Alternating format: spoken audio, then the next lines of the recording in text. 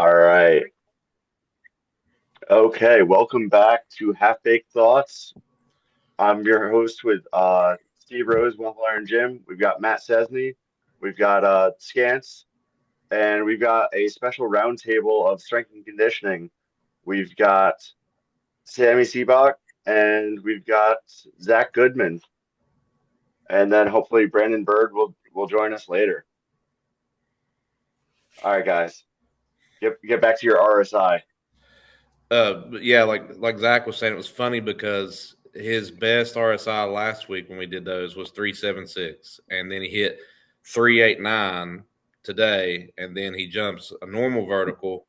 Very first jump, he PRs, and then he beats it like one or two more times, and like I was like, I knew he was going to beat it. Like the RSI was already like that much higher from last week. I figured he would beat the normal vertical. It's like Yeah. Zach was saying, like The RSI is like the bridge between the vertical jump and the flies. Like if that RSI is moving, it's literally like it's the perfect. Okay, so I was at a I presented at a clinic like about a month ago for Michigan high school football. So it was like I got a really good spot. It was awesome. I was like prime time. So I had two sessions. I had a session where I talked to so about like strength training and speed training, and I had a session where all I did was RSI shit, which was probably a little over the head of like most of the football coaches that were there. But like it was cool because like Pat Fitzgerald was fucking there, and then you have Zac Goodman doing RSI shit. It was cool, right? The new Michigan State football coach. So it was pretty cool.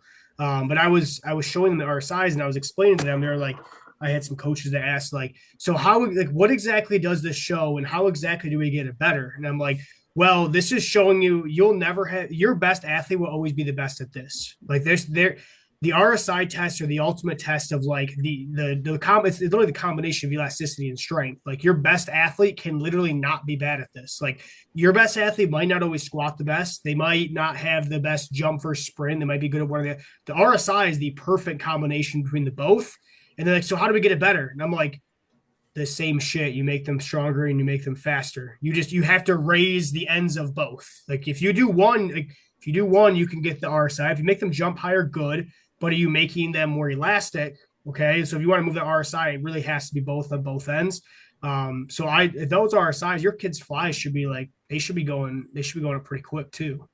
Yeah, he PR'd like his 10 to 20 and 20 to 30 to fly today Yeah. too. Unfortunately, we did it as like a fly 20. And so like the first one, like I gave him a number. I was like, try to hit this because like I know if he hits that fly 20 on the 10 to 30, like he should PR his 40. And the first one he was like just barely off and he hit an all-time PR on the 10 to 20. And I was like, your 20 to 30 was just a little slow. Like just try to really push hard in that back half. And then so he runs another one, PRs the 20 to 30, but the 10 to 20 was a little bit slower. But it's also the first time that we've been able to get outside and run because of all the snow and ice in like over a month. So Yeah. Oh yeah. Oh yeah. I'm I get hoping that. with the Are you guys doing exposed RSIs before you coordination. sprint? What's that? Are you guys doing right before you sprint? So we kind of do them like in the middle. So uh, we'll do like a weighted sprint, like kind of as like a primer, and then we'll do like one or two like regular sprints or wicket sprints, and then we'll hit like a plyo, a RSI, something like that, and then we'll come back out and do another one. I like those RSIs first. If you put the RSI first, it potentiates those ankles and feet, and they run really, really well. So we actually did do that today. So like one day, so kind of like how you were talking, I'm very similar in our sprint training right now with our more advanced kids. So like if we're having like a max velo day, like we'll hit the flies first and do the plyo stuff in the middle, and then today we're doing like more acceleration based stuff, and I'm letting them jump and do the RSI like plyometric stuff first, and then do those shorter sprints. Yeah, I love those things. Have you done like do you do L drills and shuttles and all that shit? Yes. Yeah. So what have you seen with the drop? Are you doing drop jump RSI or pogo jump RSIs? So we do both. Like today, like his was doing like we're doing like a drop off of a 12-inch box, Yeah. then over like a mini hurdle into the field and doing it. But we Okay. also do it off of like a 12-inch box uh, and like a normal one, like just a hop in normal one, Yeah. both for like single and four jump average.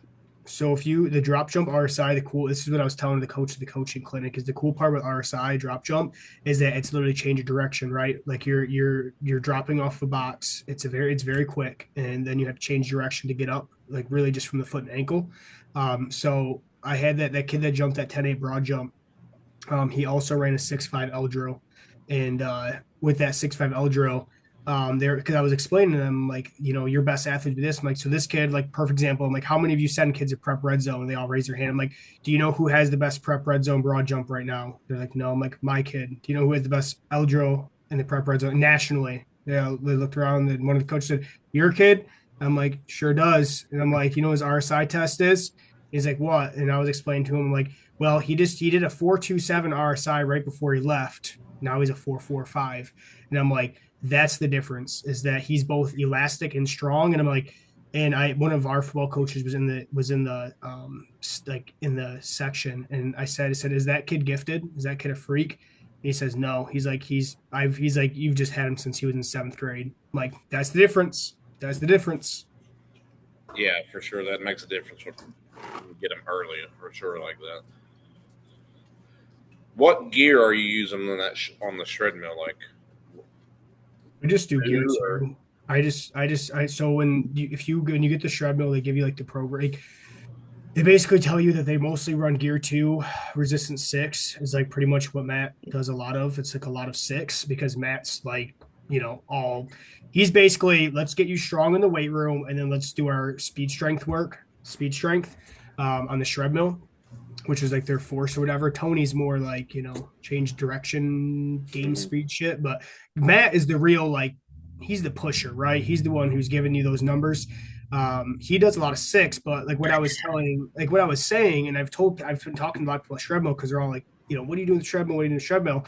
And I'm like, the problem with the shred mill is if you go too heavy, like you're comparing your gear 2 6, like you're comparing that to NFL players like that are fucking 220, 240 pounds. Like your athletes probably shouldn't be at gear 6 for 80% of the time, like Tony and Matt are doing. Like your gear 6, like we're realistic. Our resistance is like 3 and 4 and 5. Like I'm running a lot of 4s, a lot of 5s.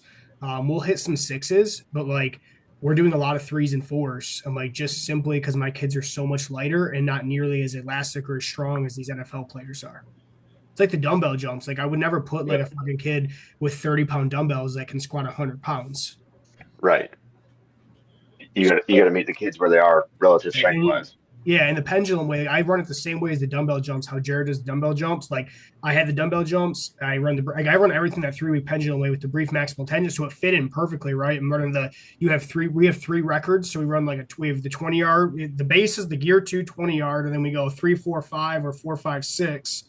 And then they have a record of every single one, and we're always spending most of our time really in 20, or like what I messed around with, I went resistance 4 or 5 or 6, and then you just wave the distances. And so we've messed around with that too. But honestly, the best thing is just to wave the loads, keep the distance the same, and then they have a record for every day, every week of the wave, and it really operates like dumbbell jumps. So gear 2 is basically like a 20-yard sprint. Yeah, it's just an acceleration. Yeah, that's what I was going to, because that's similar, like I said, to what I do. So like on our acceleration day, since I don't have a shred mill, like we're doing like 1 week for like 2 weeks, we'll do like 10 yards and like try to slow it down like 50%. And then like we'll go to like a 10 to 20, try to slow it down 40%. And then we'll do like another 10 to 20, like one more time, like on the next week, try to slow it down 30%. And then kind of just lighten them up, try to hit a PR with like just 40 pounds on that. And like kind of like what Eli did today, like let them open up on like a 10 to 30 or 20 to 30, depending on what group it is, and see how well they're like building acceleration through that early and late phase. Yeah. You said his RSI is 3.9s. He hit a 3.89 today. What's his squat ratios? He only weighs 140, but he's box squatted 265 this week. Okay. But that was like for a safety bar or a regular bar? Regular bar. It was a regular bar for him this week. Okay. But, is he pretty elastic then? Yeah. Okay. That's so. If you get a squat into the 300s, he's going to easily pop in that force. Yeah, that's what I told him. I was like, Like, Those kids are easy. because we still have the mat too. And I told him, I was like, your mat like vertical isn't as high as what your like RSI of your vertical Yeah. is. Like, if we Oh just yeah, get more forceful, like you're the going to explode. OVR is a fucking ego killer, but I love it. Because It's he's so the kid that consistent. I was telling him, like, I think I sent it to you. I might have sent it to you too. I might have forgot, but we did like the Penta broad jump today, like where I was timing him and have him do 5 broad jumps in a row. And in 5 broad jumps, he got 49 feet, 5 inches. That's awesome. That's incredible. Yeah, that's great. Yeah, if you make him a lot stronger, if you get that ratio up, yeah, he's gonna be. He sounds like he's probably really elastic as is. What's his flies? Isn't I think you sent me this kid? Doesn't he fly pretty well? Yeah, he hit a 1 flat on his best on the 20 to 30 today. He's hit 22 miles an hour, but he just has come out of like football season and stuff in Kentucky, so he's just kind of now been back in it for a month. And of course, Are you guys squatting twice a week? yeah. You guys use brief max potential, or are you like Byrd and do the max effort dynamic effort? So I've been using like brief maximal tension, and then for some of my more advanced kids, like I do like a brief maximal tension on one day instead of max effort, and then like a dynamic effort just based on like a set velocity for the day. Yeah, Uh, he plays baseball too, so I only have him twice a week, and then he that's also has to tough. work out for his team. So he squats twice a week, but only once is it with me. I And gotcha. like at the school, they just do like a normal. Do whatever. They're not box squatting probably. Yeah, no, like he squatted 315 on like a free squat, but Right. he only got 265 on the box squat, which I like told him I was like that's exactly 85%. So it's about typical what you would see in a decrease from a free squat to a box squat. Yeah, That's depending on how often they're squatting. Yeah. I was gonna say that's kind of like low hanging fruit too, where it's like, oh, all right, well, he's got a lot more to run on the box squat anyway, so everything's gonna carry over more anyway. Yeah, Steve, I got a question for you about that. Do all of you guys who box squat all the time, do you have like the same ratio of 85% of your box squat to your free squat? Because I feel like when I was training raw still, like my box squat was like sometimes more than my free squat. mine's Yeah, always less, but it's been like in my experience, what I usually see is most of the time like it's anywhere from 10 to 30%, but it usually falls more in that mid range of around 15 in my Hmm. experience. well, so then the difference too is also all of their athletes are also high bar squatting as opposed to low bar, but you're also a high bar squatter for your, or do you go low bar with your squat when you're raw? Um, Now everything is high bar. I'd say it was not like a low bar with a lot of Hmm. forward torso lean, but it was definitely like a little bit more than I am now with my high bar squat where I Yeah, sit very upright. But yeah, I don't know, like even like peaking for a meet, like I would take like a second attempt off a box and make that and then maybe chip it by like 10 pounds, yeah, a free squat, but like say like, adding in like the stiffer knee sleeves or something back then. yeah, yeah. Because mine's pretty close to one, but I just Hmm. use the placebo effect to just pretend like it's not, and Yeah. then that kind of works out where it's like, oh, if I could box squat this because I'm not twitchy at all, and Hmm. I go super low bar and I can hinge and really grind through it. So it's like I force it to be 1-to-1 because my abs are going to give out as the weak link in a free squat. Yeah, I see that, and it's like I'm trying to think back, like to before I lifted in a year, because now I'd say I definitely box squat more than I free squat, raw or in gear, like briefs, full gear, everything. Like I'm always stronger off a box now, Yeah, and obviously that's totally different because you're squatting in a different movement pattern than say like an athlete would be with like a shoulder width stance and some forward shin angle when you're hmm training it more like a jump. But So that's why I was trying to use like the older comparison versus now, but I don't know if that's just like years of never free squatting and focusing so much on box squatting that it's like overdeveloped on that end. Yeah, possibly. Zach, what do you see with differences in their box squat and their free squat? Our kids just get strong at whatever we do, to be honest with you. When They're we just free getting stronger squat, all the time. when we free squat, so like perfect example. I have a kid that today, that kid that benched 290 at Yep. 160 that I posted. So today he squatted 460 in the safety bar at 160. I think he was 158 today. So he did that, and it really good. You know, he's an awesome kid. So he box squatted like 425 for one at the safety bar with the foam Yep. pad 12-inch. And then today he got like a safety bar, heels elevated, free squat. I think when he started, I think we were like using like 375 or 365 when this was 6 weeks. We've only been free squatting for 6 weeks. Yep. But he started like 375 or 385. And so we ended at, that 455. So I don't know. Our kids just get strong at whatever. But what I notice is that their jumps don't move as good if they're not box squatting. Okay. It's like 100%. Like the only kids whose jumps will move really well if they're free squatting is middle school kids and young kids. So we run about 6-week phases with the free squats just to build some mass and really just give them a break from box squatting and not kind of let the adaptation be stale and that method be stale. Yep. And we go back to the box squats and we'll probably run the box squats for like a few months and the jumps, everything go up. But like I said, like my testers aren't the squats. So like, I don't really care what the ratio is for our kids per se. Cause like the testers for me are the jumps and the sprints. So we're just using the sprints, the means to drive absolute strength. But our kids literally just get good at whatever they do because we do it so frequently.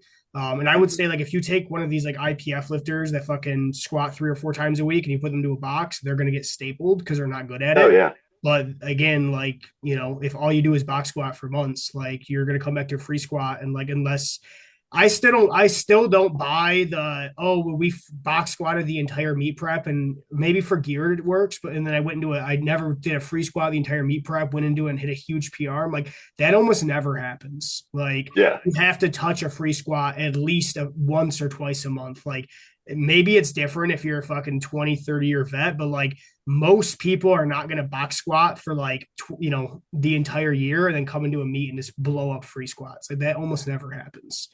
So whatever you do is what you're going to get good at. But the problem is like, there's also a longevity aspect of it. If you're training 12 months a year, good luck free squatting frequently and intensely enough all year round. Like it's just not going to happen. I will so say when I first started like box squatting and using equipment, like I got to where I was better at it like that, and I just rotated back to like doing like every other time. Like I'd free squat once, box squat once, and that kind of lined it back out to where the free squat got up higher than the box squat again. Yep. Sammy, was that when you were in single ply? When you would do that every other week? Yeah. So if I was getting ready for me, obviously I would, come to a point to where it was going to be like in gear, even if it was just kind of like suit straps down, almost like a pair of briefs. Mm-hmm. But it would still be like a box squat 1 week, free squat 1 week. If I wasn't getting ready for meet, it would be like raw box squat, raw free squat, gear box squat, gear free squat, and rotate back again. Yeah, I wonder if it's just like the further you stray from the raw squat, the more or I should say the less the free squat matters. Like in a raw lifter, they got to do it every other week or something. Like single ply, the squat form isn't quite the same as like the multiply squats that we train where it's super open hips and as not as much torso lean, staying upright and high bar. Like pretty much everybody in our crew, they'll free squat 3 times before a meet at like 9 weeks out, 6 weeks out, and 3 weeks out, and that's it for like the whole year. But again, you got a high bar, you're in a canvas, like it's a totally different movement. So maybe that's where it carries over more. And all the lore around what they did at Westside back in the day, it was always box squats, and the Louis preachings just kind of, maybe it wasn't applied correctly for people who aren't doing that specific kind of training. Like with you guys, you're trying to get athletes stronger. It's it's not a multiply lifter. Well, I feel like in gear, it's almost becomes like a box squat. You know, when you're wide and you're sitting back and you have that gear kind of like stopping you, resisting you, it's almost going to be like a box in a way. Like you're going to come down and it's going to get really tight, and then you're going to kind of flex off of the gear, like in the bottom, almost like, you know, you sit and flex off that box as you go to get up. Yeah, especially in a canvas where the straps catch you in the bottom. It is almost like it's like a box, but it also wants to throw your hips around. You know what I mean? Yeah. But yeah, definitely like I know for me, like the shoulder straps is everything, like getting those dialed in so it catches and stops at the right time, because once it catches, you're not going any lower. It's like you're sitting on the box, like you said. Yeah, I could see it becoming like a different movement. Like if you're in multiply, because single ply, as long as I did the rotation, like I was saying, like it carried directly over to my raw squat too. Like I Yeah, came because out of like a meat training once before and raw squatted a couple times. We're like, let's see what we can squat in the sleeves today. And I like on a raw free squat squatted 620, and like it was an all time PR, and I hadn't prepared for it at all. But yeah, I think it's probably because like the nature of the single ply, it's more elastic and rebound versus a stop and flex off of it, because it's just the one layer. It's going to stretch more. You're wearing it tighter. You know, and the feet generally not as wide. You know what I mean? The movement patterns, like it's somewhere in the middle. Because I know as I started getting into gear and like I'm like, oh, I want to do multiply. I'm starting single ply. The guys told me like the shirted benching is about the same, but like your movement patterns that you learn in single ply will not carry over because they're not the same movement. I could see that. I tried a pair of multiply briefs before, like a grid stitch, like 3-ply pair of briefs, and it was completely different. Mm-hmm. Well, you were having that problem with the grid stitch and all of those variations, weren't you, Matt? It was the laminated triple ply Titan briefs that were like plastic and stood up on their own like a starch pair of jeans. Those things, they were great when it was just briefs, and then you throw a canvas over it, and it was like impossible to get. Every squat, no matter how I had things set, was always 2 inches high because it was just so stiff. Where I've kind of backed off and gone to like some stretchier gear to try to, even if I get less out of it, just what squat's not good if it's high. And Mm-hmm. it's funny because as we were talking about the boxes earlier before we started talking about the stance, my wife, she's next to me, she's like, the reason you box squat more is because your box is too high. So it's like if everybody squatted 2 inches high in super tight gear, I don't know, that didn't happen at all recently, but Yeah, I was about to say, you you go to know, the right meet, 2 inches high is plenty deep enough. Yeah, yeah, 4 inches high it, is it, good. it, it might be a foot high. You're Yeah. still good. Is she chirping you as we're recording? Oh yeah, she's sitting next to me, and Come she's just on, like, Jess. asshole, you squat to above parallel box every week because it's like a 14 and a half inch box, and it's got like 2 inches of foam on it. I'm 5'9", but I got the legs of somebody 5'6", so it could probably come down an inch or two, but we're far enough out from a meet. Who cares? We're just having Leave fun. that We're man alone, training. Jess. It's her job to pick on me, Scants. I know, Keeps but me in just line. not in He front Can't of the do a gets train boys. scared wreck if he's without her not. being mean. It's all right. I get under her skin a little too. Um, to go in a little different direction, Steve, I implemented one of your methods. Oh You boy. can do it for 3, you can do it for 5 with Jess, and she's giving me the finger now because she wasn't happy about it when I told her that's what she had to do. So last week she hit a top triple in briefs and wraps, and then I'm like, all right, you're doing it for 5 today. So I wrapped her knees extra tight in the Inzer grippers, and she was getting angry at me. She took it all out on the bar, and she got all 5 with her 3 rep max from last week. So that was awesome. Yeah. Well, so that kind of goes into talking with Zach here because it's essentially brief maximal tension. You're either adding reps or you're adding weight. Mm-hmm. So Yeah. my And this if you week it can was do it for reps. threes, you can do it for fives is basically stealing brief maximal tension from Jared Bidney and from Zac Goodman right now. And Yeah. actually, speaking of Zach, Zach, what are some of your best lifts? Because I saw that like 325 push press that you did not long ago. Yeah, I don't have the same time to lift because I live at Yeah. the school basically. Yeah. But I still train in my garage and I have a cool little garage set up.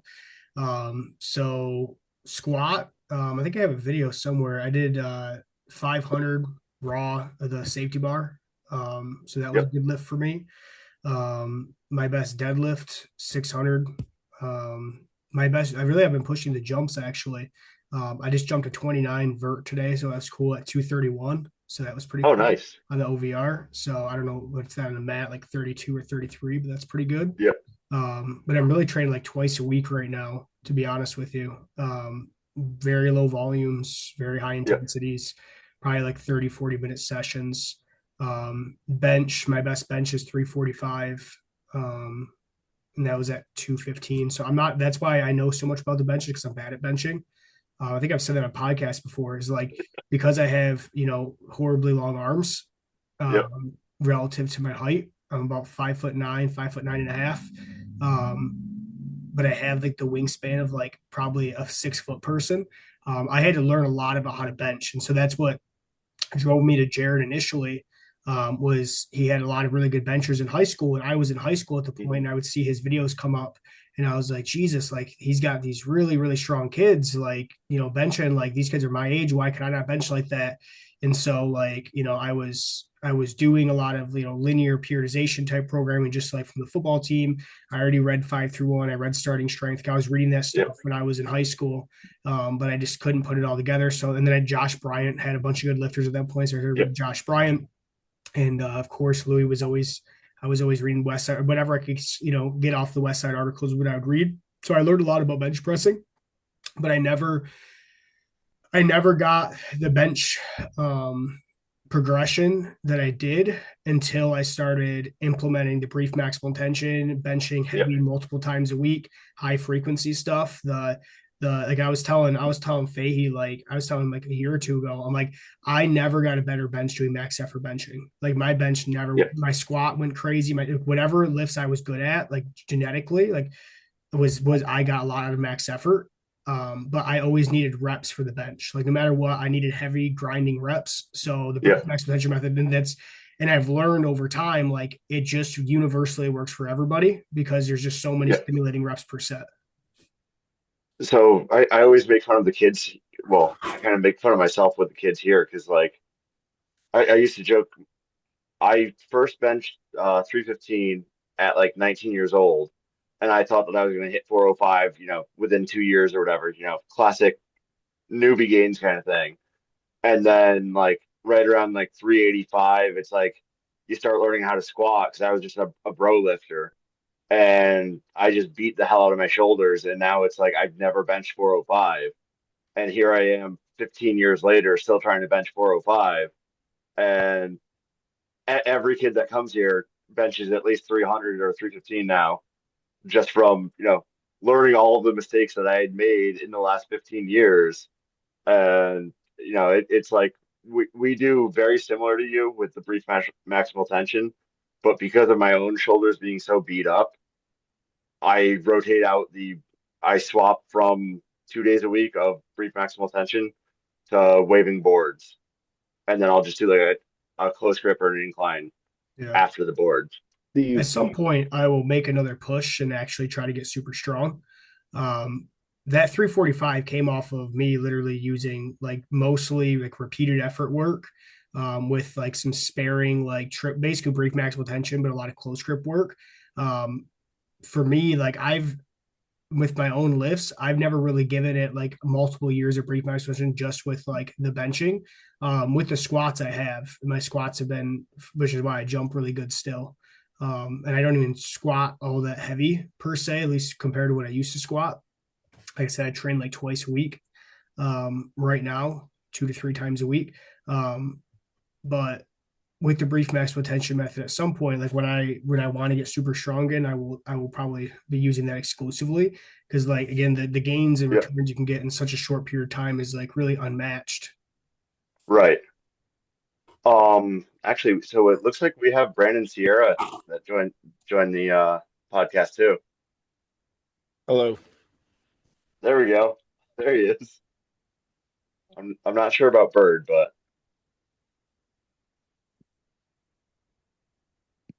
Steve, I think all you need to bench 405 is you need a kid that benches 455. You got to have that person that's what stronger drives me than you. nuts. So, like, we have Pat that when he first started coming here, he was benching 375, 385 ish.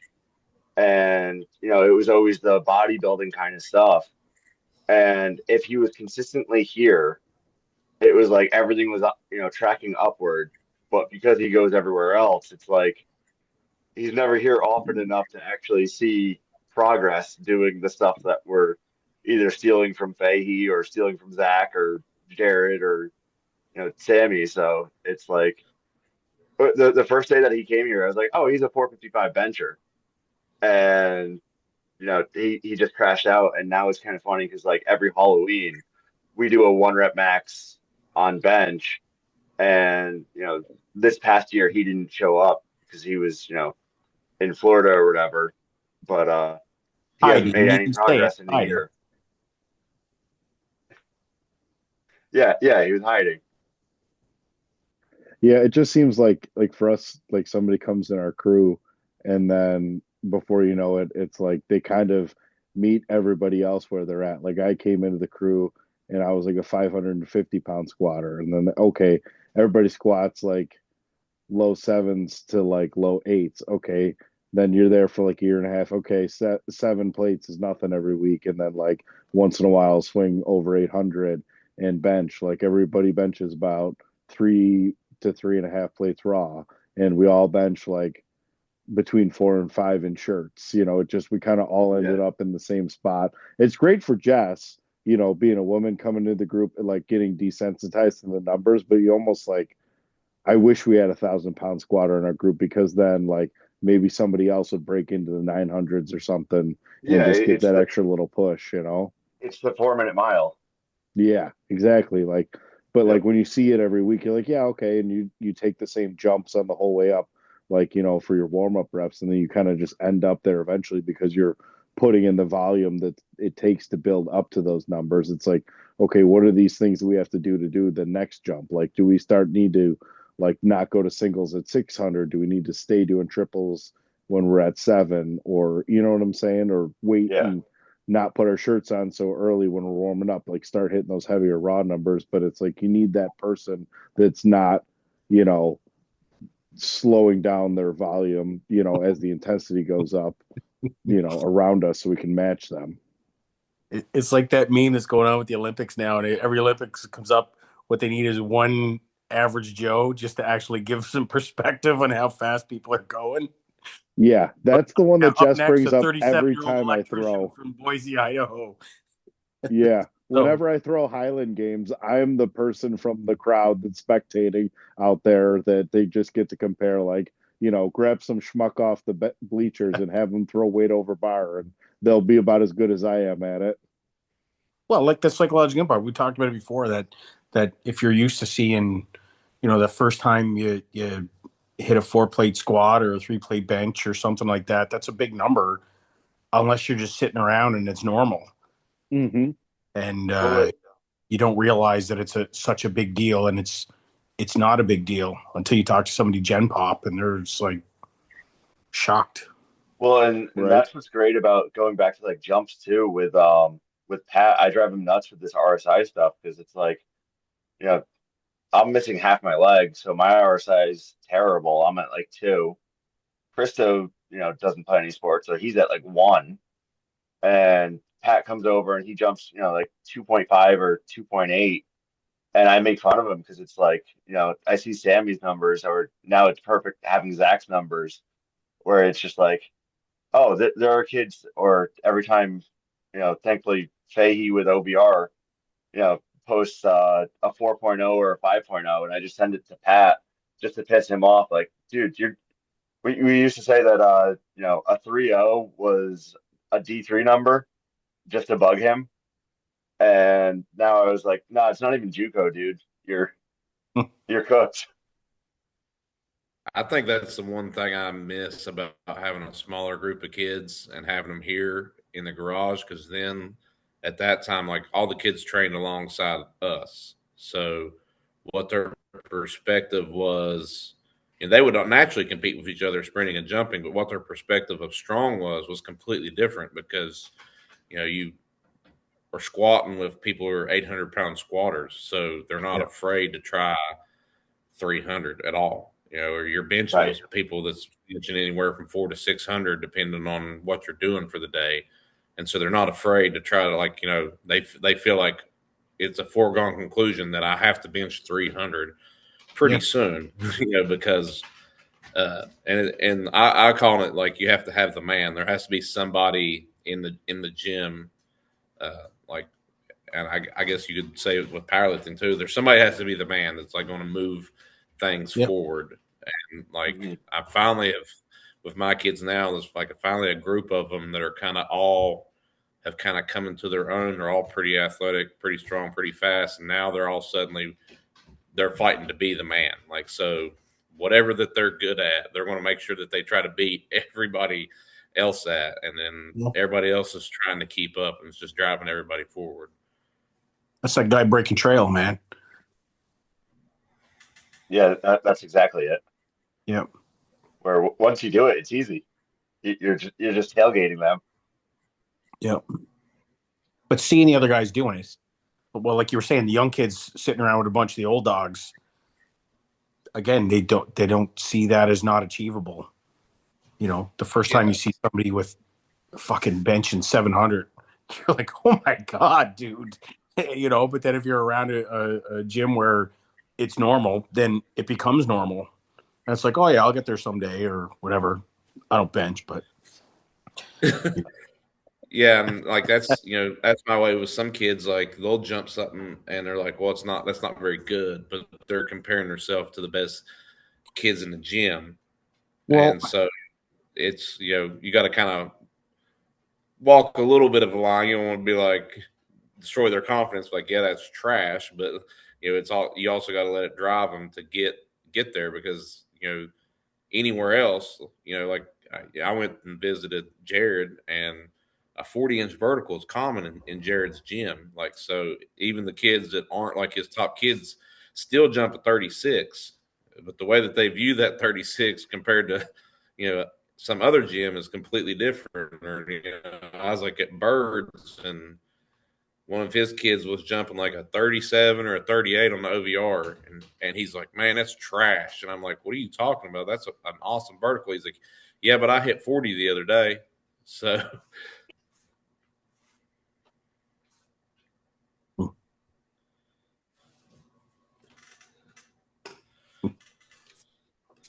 Brendan, how do you keep kids motivated with your groups? Because you have the new gym now too. Is it still the same groups or? So the way that I do it, I don't really do groups. I think that's where I probably differ from a lot of people. I just have times where I'm open and times where I'm closed. Yeah, because you take more of like a Montessori approach. Yeah, for sure. What? I mean, we have a board right behind our jump mat that it's basically like your leaderboard, and that's what they see every time they go and jump. So everybody's trying to, okay, who do I knock off today? Who do I knock off today? And as far as motivation goes, I think it's Sammy pretty much said it. You have to have like that person that everybody's chasing. Whether it's myself, whether it's one of the older kids. I got a lot of young kids in there right now. There's only a handful of the older kids, but the younger kids look at, I'm sure you guys all see it too, when the younger kids are in there lifting with the older kids, they're looking at the kids in amazement of like, oh shit, they're throwing up some big weight. Oh, but I'm not that far. So it's like, I would say that's probably another part of it too. All the older kids that are in there were once those younger kids. So I would say that's probably how I keep the motivation going for them. That makes sense.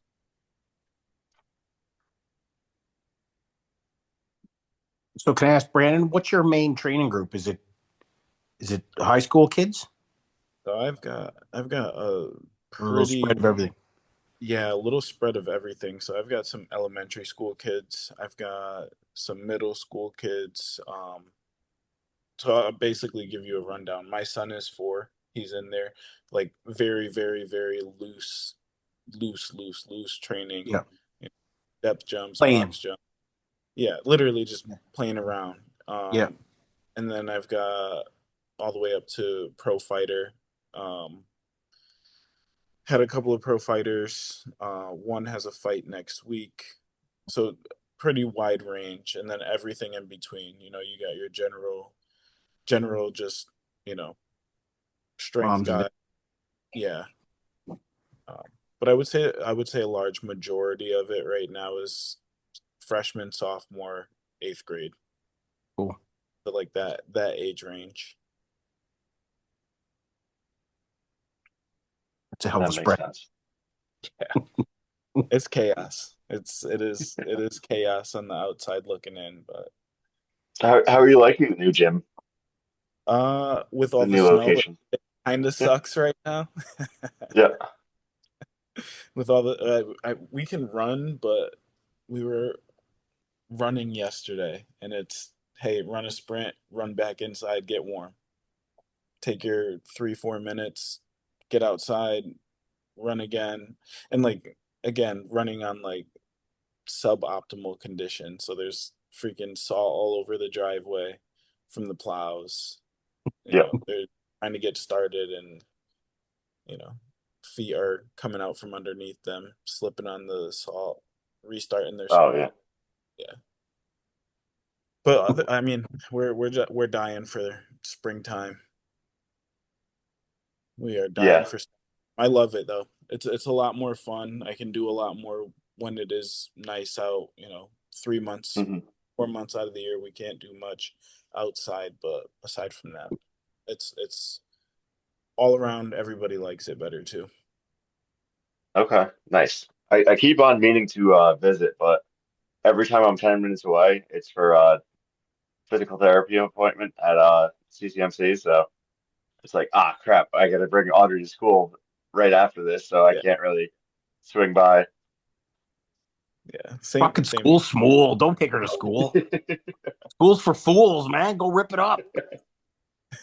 So she went and visited. What was that? Probably like 2 years ago now. Yeah, at least. Yeah, he and I. She must have been 3 or 4 at the time, and we go to visit him, and I bring the crepe and sec bar, and so we show up, and it's like, oh yeah, my daughter has brittle bone disease, but she's gonna hang out with me as we just bullshit and talk and whatnot. And Audrey's like just talking with her facial expressions that she does to Brandon's wife, and his son's jumping off of a 40-inch box at like 2 years old. Dude, my young fella Yeah. be sleeping on a bench. If any of you guys know the show Wild Thornberries, my son is Donnie from the Wild Thornberries. Nice. That is who my son is. That's an OG day cut there, man. Yeah, it's Yeah, terrifying. and that Fun to watch, but it is absolutely terrifying.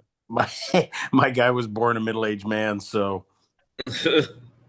like I said, we got pictures of him like at strongman comps. The place is going nuts because guys are pulling in 1100 range, and he is literally flat asleep on a bench. I'm like, okay, did you have fun, buddy? Yeah, you slept for 2 hours during the middle of the competition, so. that's awesome. Zach, what grades do you have at your school, like coming through there? Is it like 7th through 12th, or? I have some sixth graders, and then all the way through seniors, and then I'm lucky that I get college athletes that come back home and want to train with us at the high school. So I have a group of college baseball players that will come in and train with us, which is pretty cool. Um, so I have Do you everybody. have all the teams, or So that's the part that's weird. So I have strength classes during the day. So like I get kids from every team, but I don't get all the teams, right? Because some oh, kids okay? are enrolled in classes, some kids are dual enrolled at colleges, some kids are at a career complex. Like It's weird. Like I'll get kids from teams, but not full teams. The only really full teams I get is like football. I get like all of them because if they don't or not in Yeah. this class, the coaches are really good. I'm like, you need to come to after school lift hours. So I get them there. But yeah, I get the motivated kids off of every team, right? So Okay. I have That's actually middle better school. I then. have a middle school girl who Yeah. swims, and I have a college football player. Like I have every range. Okay, All that, your that actually works out college better then. kids, did they all go there? What'd you say? Go ahead, Steve. What's up? What's up? Oh, What's up? oh, there we go. There's Byrd. Byrd, what's up? What's going on? Bird, what time zone are you on, man? You're about 45 minutes late. Oh my God! Actually, Jared Bidney called me, man. I lost track of time, man. That's what happened. That sounds about right. Jared's call is about 40 minutes. Hey, All right. He's got a timer. When that timer's up, he's got a scram. I'll try to get him on the phone. I'm like, man, I gotta get off this phone, man. Hey, that's still probably the quickest call that you've ever been on. I know. Probably it called about 9 o'clock, man. Jesus. But Zach, I missed some good stuff. Yeah. Oh man.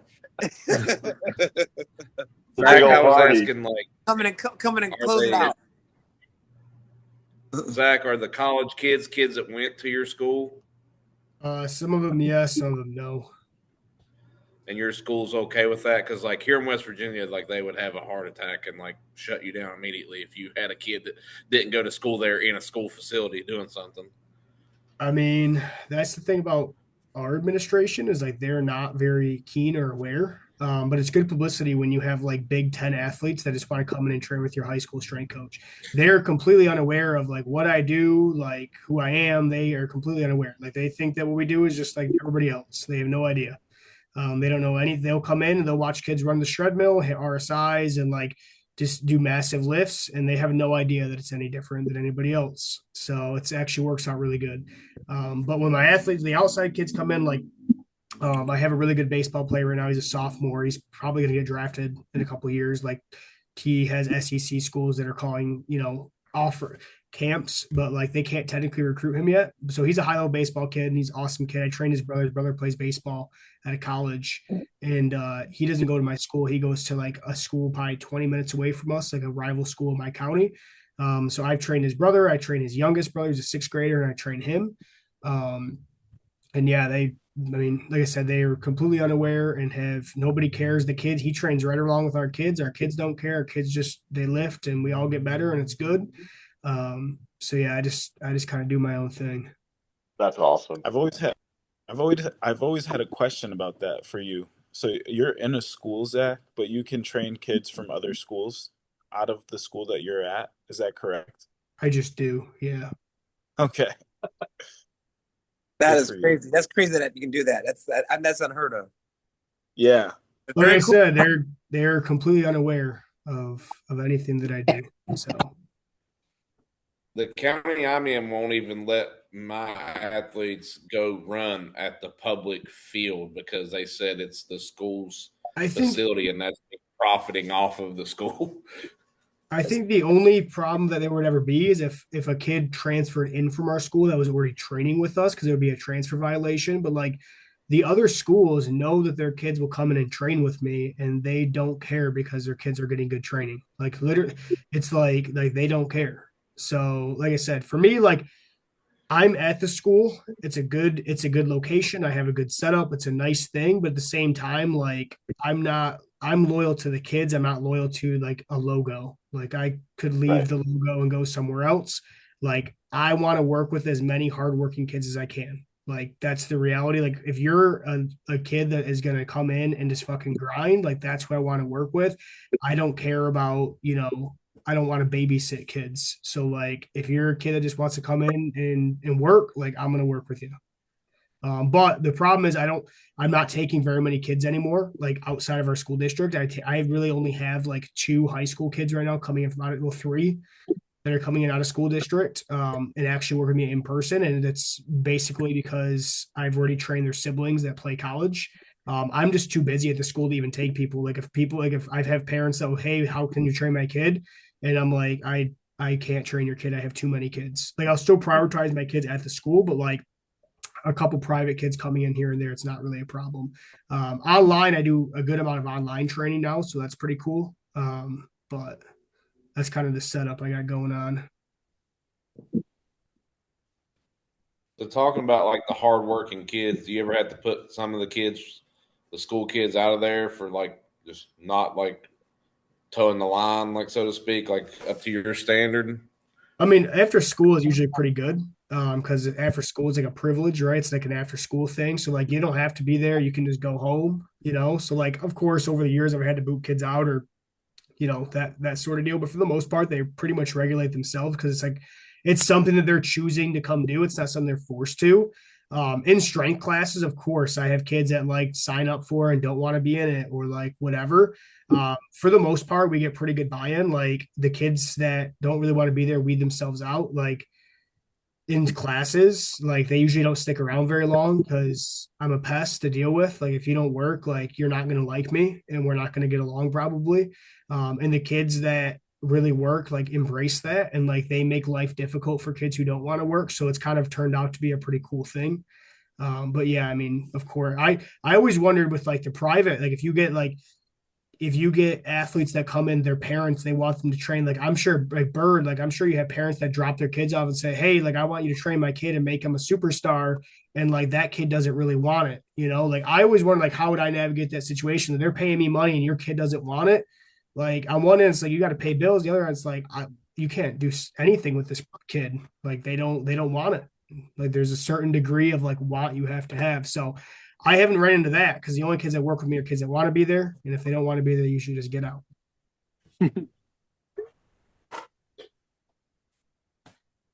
It's kind of, I see almost kind of the same thing. It kind of weeds itself out like that because you have those kids like that, and they come in there, and you know a lot of times with a parent like that and a kid like that, they have that almost like that expectation too of like that they're at a level that they're not at, or that it will be easy to get to a certain level, and then they come in there and they see the level that everybody else is, and that it's hard work. And typically, if they don't want to do it, like within a month or two, like that kid's gone. And the longer I've been open in like the private sector of athletes, the less and less those kids that I get. Yeah. I'm okay with kids not wanting it. Like I say that all the time. Like there's coaches who are strength coaches who don't really want it. Like they're just there for like a good time. Like they're just there just to be there. They're there to show a face. They're there to flex on the sideline. Like I'm okay if kids are honest. They're like, hey, I don't really want this. Like I understand it's hard to get under a fucking bar every week and grind. It's hard to like I understand if that's not your thing, that's difficult. Like I'm completely fine with kids not caring about this. I just don't want to waste my time. Like there's too many kids who do care that like I'm going to invest my time in. So that's my only thing. Like I've had conversations with kids. I'm like, hey man, like this doesn't seem like this is really your thing. And they're usually honest, like I don't want it, like this isn't my thing, or like my dad, like my mom, whatever. And I'm usually like, listen, like there's no hard feelings with me. Like go do something you actually want to do. Cause like not everybody wants to do this. Like this is a like sometimes we're so in that bubble of like we all love training and we think everybody else does too. Like if you walk into a Meijer, or I don't know if you guys have Meijer at your state, but like Walmart or Publix, wherever you guys live, like how many people there train? Like almost nobody. So it's like the reality of it is this is a very niche thing that like kids are only going to do for a few years and they're out, which is also why I hate the whole idea of like slow cooking and all that shit. It's like nobody does that. Like you're talking about like not even 1% of the population you're slow cooking for nothing. So that's a whole especially when they're gonna quit when they don't make it to the next level, so there's not enough that's it. time Yeah. to. Kids are it's transactional. Like at the end of the day, like I have so many kids that are the best kids ever for 4 years and or 3 years or 2 years. They don't get to the position they want, or they end up saying, you know what, I don't really want to play at the next level. Like I'm gonna do something else. And they stop training and they come in and they bullshit with me, but like they don't train anymore. And like that's fine, it's not for everybody. Yeah. Yeah, especially by the time you get to a kid in high school. I had that conversation with somebody asking, like, what I try to do with them, like you get a kid and they're already in high school, you don't really have that much time once you factor in like holidays, sports seasons, general life taking them away for something. Like you got to get it and get it now. Like, because if you don't, then you're not going to get it. Like you're not going to have an opportunity to play at the next level. No, time is very short. People don't realize it's very, very short. And especially where you're dependent on how quickly they adapt too, where it's like at that young age, you adapt so fast, where if you take an entire season off, you just missed out on all of that and you're going backwards because you're atrophying. Yeah, you have to maximize that time. If you don't Yeah. maximize, like you basically just set your peak, right? Like if you take time off, well, your peak's lower now because we won't have enough time to get you where you could be. Like if you're not super gifted, like you're not going to run 23 miles an hour, 22 miles an hour, taking months and months away from training because you're going to lose some, you come back, like your peak is just going down and down and down. Some kids can get away with it, but like, again, their peak is still going down because they're not training. Yep. I think it's underestimated too, just how much it matters, like how high you get at a young age. Because like the older you get, like the less adaptable you are, the more your nervous system slows down. Like setting that foundation as high as possible, as early as possible. I think people like underestimate like how important that is. Yeah. And you probably got to hook kids pretty quick, man. Physiology. Like you can't get a kid to, hey, listen, man, if we do this in 5 years, you're going to do that. I'm in my 50s. I can't even tolerate that, man. I have trouble focusing on training until I get a friggin' competition date, and I'm like, oh shit, let's go, man. Oh yeah, they always need those little milestones to chase. They're all, it's all short. Well, and getting them in and getting them hooked on a couple of good PRs or that, just give them that little taste of victory to get them to want to come in and work a little harder. That's the trick with the buy-in. Like if you want buy-in, you have to get results, and you got to get results now. Like the reason that you hear all these whiny coaches online, they're like, oh, kids don't care anymore. Kids don't want to buy in. Kids are soft. It's like, no, dude, like you just don't get them results fast enough. That's the reality. Like you're using these baby ass methods for kids that want to fucking get better. Like that's the reality. Like you're using like such soft training for kids who actually want to get better. And then you wonder why they don't buy in. Like again, I get hate all the time for like, I know Byrd got a lot of hate on Twitter a couple of years ago for like using aggressive methods, and it's just like I was just on a podcast with a coach, and we were talking about fucking Kier. Like he was talking about Kier, and I'm like, dude, he's like, yes, like what's your take on Kier said this a couple of years ago. What's your take on that? I'm like, I remember that one. Yep. Yeah, I was just on a podcast, and I was just like, that's such a bad argument. But again, like, what do I know? I'm still training people. What do I know? Well, it was funny because like he's trying to use here as like a cop out for just being bad at his job. He was bad. Yeah. I've never seen any kind of Byrd said it right. He wasn't bad at his job. He was bad. It wasn't job. He was bad. Right. It was a bad apple. Yeah. I think his job was the last thing he was worried about. I said, dude, you don't deserve to be called the rugby strength coach. They should take the strength off your name. He's not the rugby strength coach anymore. He's a tackling coach. His little scheme of trying to get coaches paid did not work. Now he's in a new scheme trying to take people's money. Yeah, that's true. It's a pyramid. True, man. Crazy, man.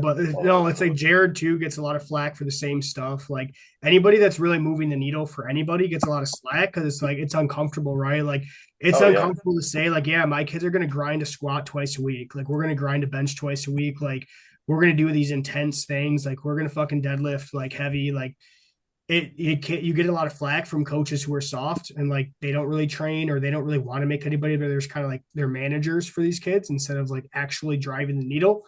But the reality of it is like you're just wasting their time. Like you're just wasting your time. And I could do something if I wanted just to waste time. I wouldn't be a strength. Like I wouldn't do this. Like I wouldn't do this. I would make money. I would make more money wasting time doing something else than wasting time doing this. Like I don't understand why coaches even choose this if they don't really want to drive the needle. I said kind of the same thing the other day. I was talking to someone. I said, people will love you until your results are good enough to make them uncomfortable. Once your results are good enough to where it makes someone uncomfortable, like, that they can't fathom getting someone to do that or doing that themselves, then all of a sudden, you must be lying, you're going to get someone hurt. Like you're some kind of problem, whatever they can figure out for some reason you're wrong. Like they're going to place that on you. Birdman knows about that. Oh, yeah. Birdman gets good results and all he gets is flack for it. They have low expectations. That's what it is. They always want to. They say, "Oh, you can't get 2 inches on a vertical or 3 inches on a vertical. That's impossible." Or you can't get someone to jump 40. I've never heard. I've had nobody do that. So they think it's fake. Oh, no one's run a 4.4. So they just hate on it. Oh yeah, the 4.4 thing's crazy. The fastest high school kid in the country runs a 4.6. I'm like, yeah, fucking right, dude. Yeah, yeah, right. Meanwhile, you have literally like the pinnacle of NFL combine training saying, yeah, actually, a lot of these kids run the same speeds in high school. Like, oh yeah, per Tony, per Matt. Yes. Well, the best was this is probably my favorite was when you were training Craig Reynolds. Yes. And you had the IG live going, and you had Craig. That. Oh yeah, dude, I was like stalking you with all this stuff. That was I forgot about that. Yes. Yeah. So you have him on the ATP just blasting out with the Tendo going. We had a competition. I had Brandon Miller, my redheaded baseball player. He threw 97 miles an hour. And he was great. And so him and his buddy Gabe he pitched it for them. And they having a competition on that belt squat with a Tendo. Yep. And it was getting crazy. That was it. That was that Zach day. Yes. Yeah. You went live and you got kids out. It was right when you just bought the 1080 Sprint too. Yeah. So like, you were fiddling with that, and you're like, "This is my car over here." And, I might do that. Stay tuned. I might do it live one day. Oh, you need to. I might do that. Because especially like with the 1080 too, where it was like you're the only one that's besides like Corpus that actually like shelled out for it. Dude, that thing. Oh my God! I should have done live a couple weeks ago. We were having some crazy competitions. Oh my goodness! Cole Cook, he jumped in a 70. I have to put this video. He jumped in a 73-inch box. By the way. Oh wow! He jumped in a 73-inch box. He ran 20 miles an hour and 20 yards in that thing. That's actually insane. He's just insane. Now he ran 4.49. He goes to VMI. I thought he'd have the best jump on that. There's some kid on his baseball team jumps 49 inches on the jump mat. I couldn't believe it. And so there's all your fish, but I'm not gonna hate on the guy. The guy did it. I seen him do it. The 49-inch vertical on the jump mat. What school do they go to? Virginia Military Institute, VMI. Who's their coach? That's a good question. I got to find that out. Well, I guess you would know, like if Cole comes back better than when you sent him, you'll know if it's legit or if he's just getting theirs recruiting well. It's okay. They trap bar. They the Olympic lift. It's nothing crazy. he comes up a little bit worse, a little off. It's not that okay. off. So you have your answer. Yeah, a little off. The only person I've ever seen come back. God, I had a baseball player to go to Seton Hall years ago, Matt Leon. That's probably the only person that came back. It's Zach, probably a little better. Everybody else has come back. They come back worse. It's crazy. The real question is who trained that kid? I had a volleyball player go in the ACC this year. I'm not gonna say any names, but her vertical went down 4 inches, dude. And her squat went down. It was nuts. I couldn't believe it. Oh yeah. I couldn't believe it, man. I was like, what is going on? And this is the ACC. Yeah, well, I have a Big Ten pitcher who went to they recruited him and he was throwing 96 and he comes back and he's like, dude, like he's like, I can't even scratch 93. I'm like, what happened? He's like, all they do is this light lifting shit. Like he's like, they won't let any of us lift heavy. He's like, all we do is like, light stuff. He's like, that was the key for me. He's a super elastic kid. He's a pitcher actually, but he's a really good athlete. He won That's Michigan State Player of the Year. Like he won Michigan State Player of the Year in high school. oh, I In remember high him. school train him in high school. So he comes back and that's what he said about his program. You're talking Big Ten, like a school in the Big Ten that's known for their weight room, and kids are losing miles an hour in just months off of their velos. It's insane. It's insane. Mm. See, they put all that work in to get strong and get powerful. They go to college and they fall apart. It's crazy. Yeah, I can't name a name either, but Byrd, and I know Steve knows who it is, but like I just had I had a kid come back like with literally 3 or 4 miles an hour down on fly, speeds like 5-6 inches down on vertical. It's crazy, how much, it's like we're talking about how fast you can actually get someone better. Like you can probably make them worse that much faster. Absolutely. It can snap. It can change at a snap of a finger. Well, it's like when I had my leg injury, just lay in a bed for 8 weeks and don't move. You'll lose 30 pounds of muscle. Oh yeah. It's crazy how fast you lose everything. Yep. That is actually crazy, man. Crazy, crazy, crazy. I had one dude. I had one dude. Oh, I had one guy. He jumped 40 on the OVR, which is a pretty good jump. He goes to college, man. He goes to coach. He tried to dumbbell jump there. He goes, "That's for wussies. We ain't doing that. This is for sis. We power clean here." So he starts power cleaning. Guess what?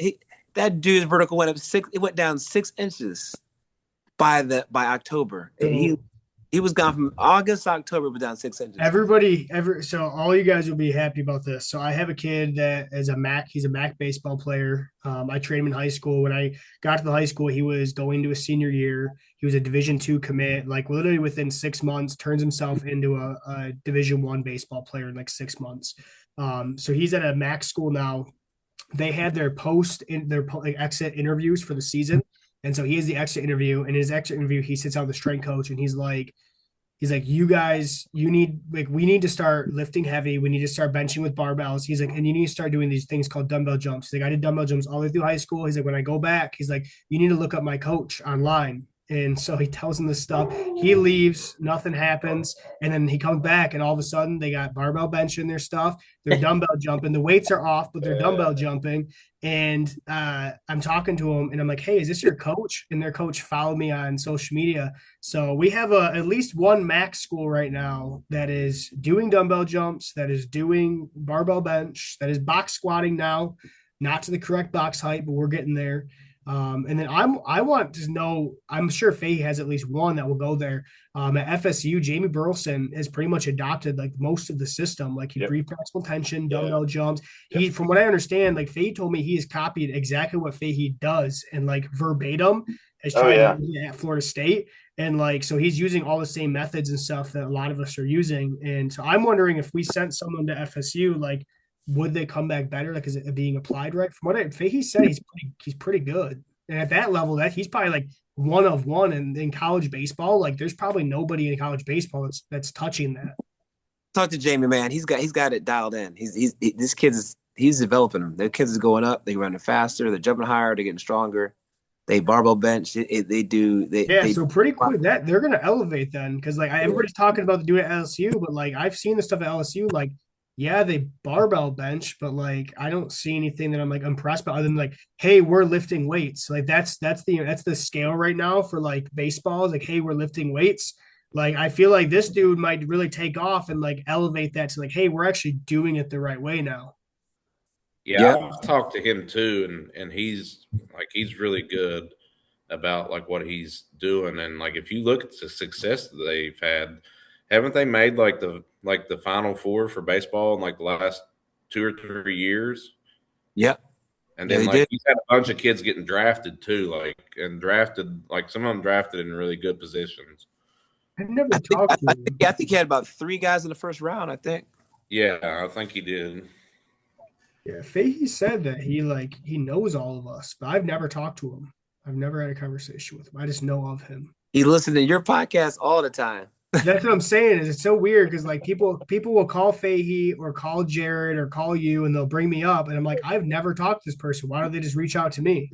Like somebody called Jared a couple weeks ago about brief maximal tension, and Jared's like, yeah, you got to talk to Goodman about it. Like he's doing it at the high school, like he's got like whatever. And so this guy calls me, he's like, hey, like I was talking to Jared Bidney and he brought up you, and I'm like, huh? I'm like why didn't you just like get a hold of me? Like I'm more accessible than Jared. If you got a hold of Jared, you should have been able to get a hold of me. Like I answer pretty much everybody all the time. Yeah, it's always weird. Like when like you hear from other people, like, hey, this guy mentioned you or whatever. And I'm like, why is he never like there's a big kanji coach right now, not a big kanji coach, but a kanji coach in high school. I don't know if he's in high school anymore, but he has some training facilities and you guys all know who he is. And like he's talked about me to people. He's told people how he was going to have me on his podcast, but he will not answer my messages and he will never reach out to me. It's so weird. He knows who I'm talking about. It's so weird though. And I think he's a cool dude. But I'm just like, he's mentioned me on podcasts, but for whatever reason, he will not like reach out to me or say anything to me. It's so weird. I thought I was waiting on that. I'm like, wait a minute. When is I have him on? There's like two of them. There's like two of them that like will mention me to everybody else, but then will not ever say anything to me. So I don't know. You got to bum rush one of their seminars, man. I guess. I'm waiting for your table talk. Right? Dude, fly out there. The number of times I've tagged you guys in there trying to get you guys on. I don't know how they've never gotten a good high school strength coach on. Is there anybody who's a good high school strength coach been on there other than like Jim Wendler, maybe? I don't even know. That's probably the only person I've heard of. I don't know. Like I don't watch table talks very much anymore, but like no. Is there anybody who's on that's been really good? Like I can't believe Jared's never been invited. I can't believe Byrd is the first time. Like plug y'all in when I go out there. It's so crazy. Are you gonna be on there, Byrd? I'm gonna go out there. I just gotta plan the trip. Make it happen, baby. Make it happen. I'm going out there, but I'm plugging everybody in because they need to be more athletic. That's what I'm saying. They have it's like performance on there.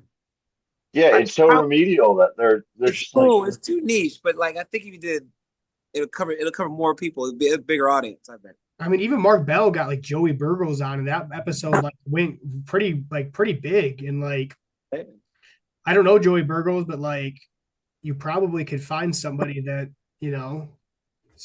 here. Exactly. And Dave Tate, I've been trying to get a hold of him for years. He don't pick the phone up. There's no email. There's no message answering. Yeah. Well, it's wild that he hasn't really had Fahey on either, and it's like, well. We'll leave it there. Yeah. Well, I know. That should have been done. Yeah, that's. We'll leave it there. We're not gonna derail there.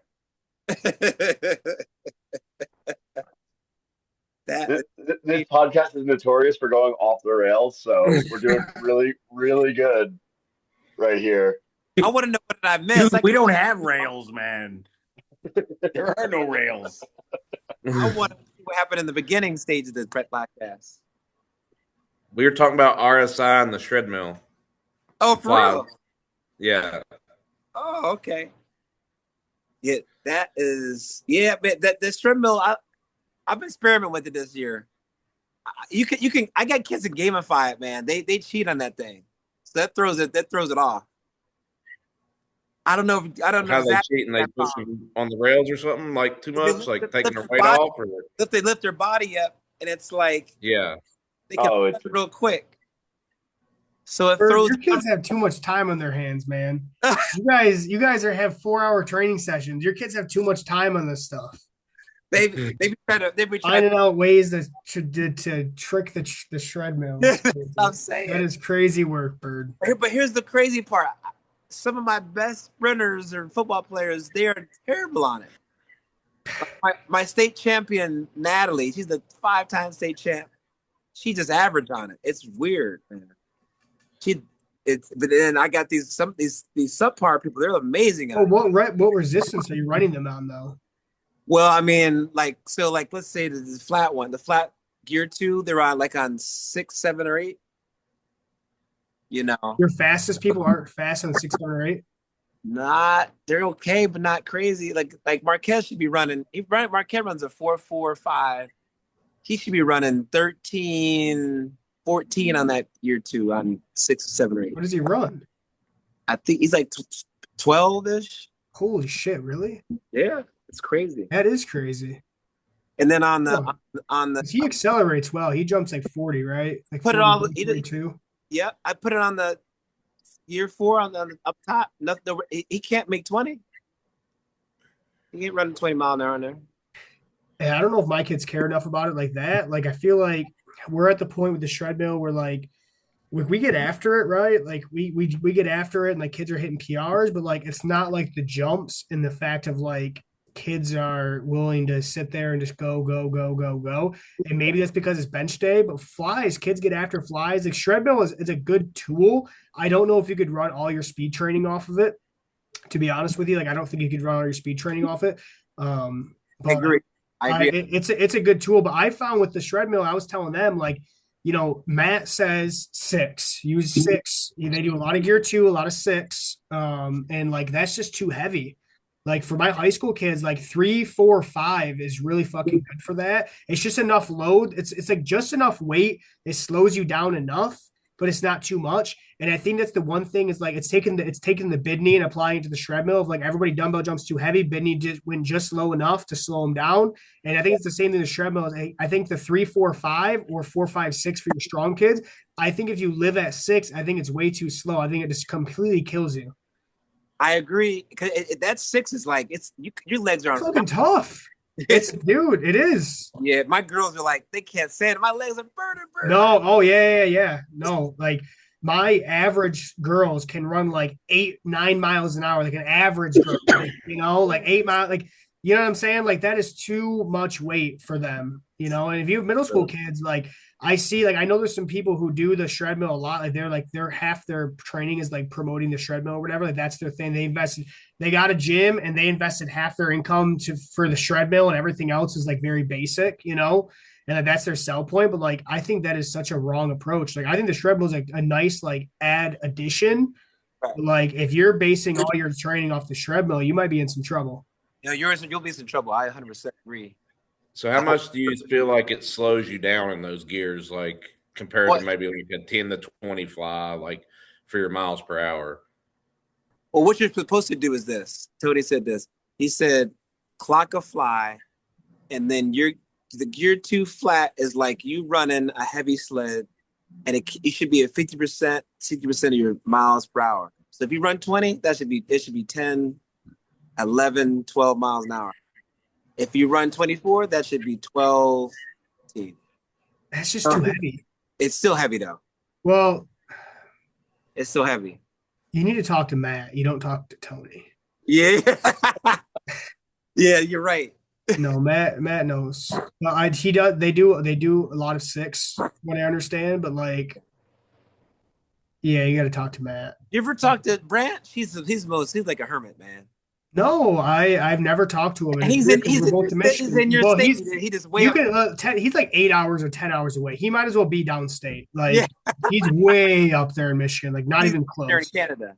Yeah, basically. Yeah, he's way up there. That 2 of them. Yeah. No, I've seen some of his stuff. He does a lot of good work. I agree with you. It's too heavy. You got to go back with them, they say. But my thing is like, so I've seen some good, like I said, you said your fastest kids sometimes aren't the best in the shred. I'm with you. I don't even do the gear 2. I use the 4 because I've noticed that you've been doing that. I'm a fly person, so I like. Oh my! I think the 2 is beautiful though. I think it's so good for like that light. You know what I mean? Like that's the one stimulus you can't get anywhere else is like that like light loaded sprinting. Like you can, like I put out that speed manual, right? And like I had a whole thing I was talking about that is like you can try to sprint with chains, and you can try to sprint with bands, and you can try to sprint with sleds, and like, it's not the same pattern. It distorts mechanics a lot of ways. The shred mill is beautiful because it doesn't distort mechanics as much. Because it literally is like you can set yourself into perfect angle to express a lot of force very quickly, and like chains can get wonky and bands get crazy, and everything else just doesn't work as good. So like that's one stimulus you can't get anywhere else. And I feel like if I'm going to do anything top end, I'm just going to fly. Like I'm only using the shred mill for acceleration. I said this in the beginning is like, I don't want to try to replicate sprinting. I want it to give me something I can't get with sprinting. Right. To me, it's a prowler, but it's in one place. Right. It's a little faster than a prowler. And it's like, you can actually have the mechanics are consistent. Right. It's like a little better than a prowler. That's what I take. Right. You're pushing. Right. That's all it is. If you have no turf, that's your prowler. Right. That's we have turf, but like the turf, we have so much stuff going on the turf. Busy. And the shred mill ends up taking. Like we shred once a week and then do flies the other day. He was saying that because if you did two, it wasn't as good. I kind of mentioned that to you. I said I would have a regular run than do all shred mill. So if you do all shred mill, you can get those shred mill numbers to go nuts. Like you can literally add miles an hour. You can add. I found you can add about a mile an hour to 1.5 miles per hour every 3 weeks, like a dumbbell jump, like literally every 3 weeks on that shred mill, and just have absurd shred mill times. It won't run. But I don't think it's going to make because I don't think it's going to make the flies. Like I think it'll help the flies, but only to a point. I don't think you need to shred mill twice a week. I can see if I had a combine group I was seeing every day, I would probably shred like.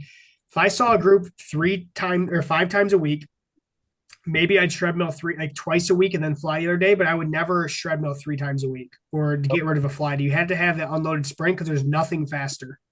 Right, there's nothing faster. It's too slow. Slow you down. So that's why I don't know if I would get it because people want to get it and replace it with sprinting. Well, so here's my thought when I first got it. I'm like, okay, like how Jared he just does the dumbbell jumps and then just tests at the end of the month. My thought was maybe I could use the shred mill in similar ways. I could shred mill twice a week. I could test 40s once a month and see what happens. That was kind of my original thought. Literally within a few weeks, we were just messing around with some flies, and flies did not move despite kids going up like a 1.5 mile on the shred mill. And I'm like, what's going on? I'm like, how is that even possible? Kids are running so much faster here. And I'm like, all right, let's just throw a fly day back in, make sure we get some exposure. We'll shred mill the other day. Flies resume. Everything's good. So I don't think it makes or breaks your sprint training. I just think it's an additional tool that you could use because I don't think you can really replicate loaded sprinting a better way right now with current technology than with something like a shred mill. I just don't think chains work the same, or sleds, same thing, just are not as dynamic as like running on the shred mill. But at the same time, yeah, you can't invest all your time there. Nope. Do you have the Kaiser Air Runner? I want to get that thing, man. Because I had sold mine. I just didn't use it enough. I still have the Power Runner, but I was curious how that compares to like trying to use it as. I have the leg press. Okay. I don't have the Air Runner. Okay. Because I had it, but I didn't use it enough. So I sold it just to prove to my wife that I wasn't crazy buying it. Is it like how much? Well, you don't want to use heavy weight in there, so that's null and void. But how much resistance do you get on that thing? So I would always cap it at the 400 pounds because it starts to slow down. Really? So it was really only like 200 per leg. Okay. But I was just chasing the power in watts against what Randy was saying. Okay. Because I would almost use it as like auto regulation, just like before sprints. But the power would go down. You're like, this is too damn heavy. Let's lower this down. Yeah, and like we see where we were at, where it was like you throw 3 like almost donkey kicks, okay, and try and hit like 4,000 or 5,000 watts. Oh, I was gonna say, what? They're putting out 5,000 watts in that thing. We never were, but once we got to 4,000, which is what Sue was doing. Yeah, I realized that we need to skew heavier because we're a lot fatter. Okay, that makes sense. So because we're 250 pounds, we're not a 170-pound sprinter. Right. That's 5'7". True. So in order for us to be as powerful as him, we need to be, our relative strength has to be way higher. I find that on the calf because 2,000 watts for a 170-pound guy is good, but for a 300-pound guy, that's no good. Right. And this is not enough watts for calf strength, you know. And the leg press, same thing. They need more wattage. They're heavier, you know. So it's. Okay. I was wondering. I was thinking about getting that runner, man. Yeah, because I still have the air squat because I didn't want to sell that. Yeah, Sammy got the air squat too, man. I thought about getting that air squat, man. There was a used one for $1,000 that the guy took from Canada. Came and got it. I've So seen the good one that results. Sammy bought, I messaged the guy that Sammy bought it from. I almost bought it as a second one. Okay. And then Sammy messaged me and just goes, "Hey man, don't try and buy that. I'm trying to buy that right now."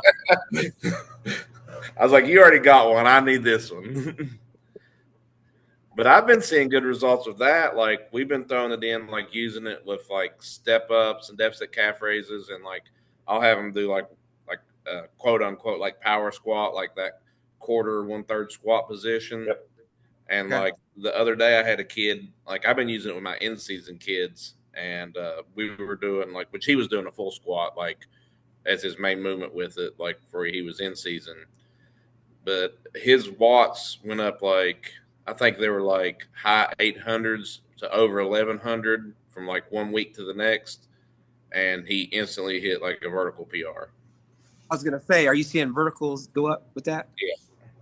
Okay. Yeah, like now that we're doing that like pretty regularly, and the kids understand, like I think sometimes with a bar, even Is like it the if you're quarter squat? You did quarter squat? You said. we do a quarter squat with it and a step up and a split squat. Okay.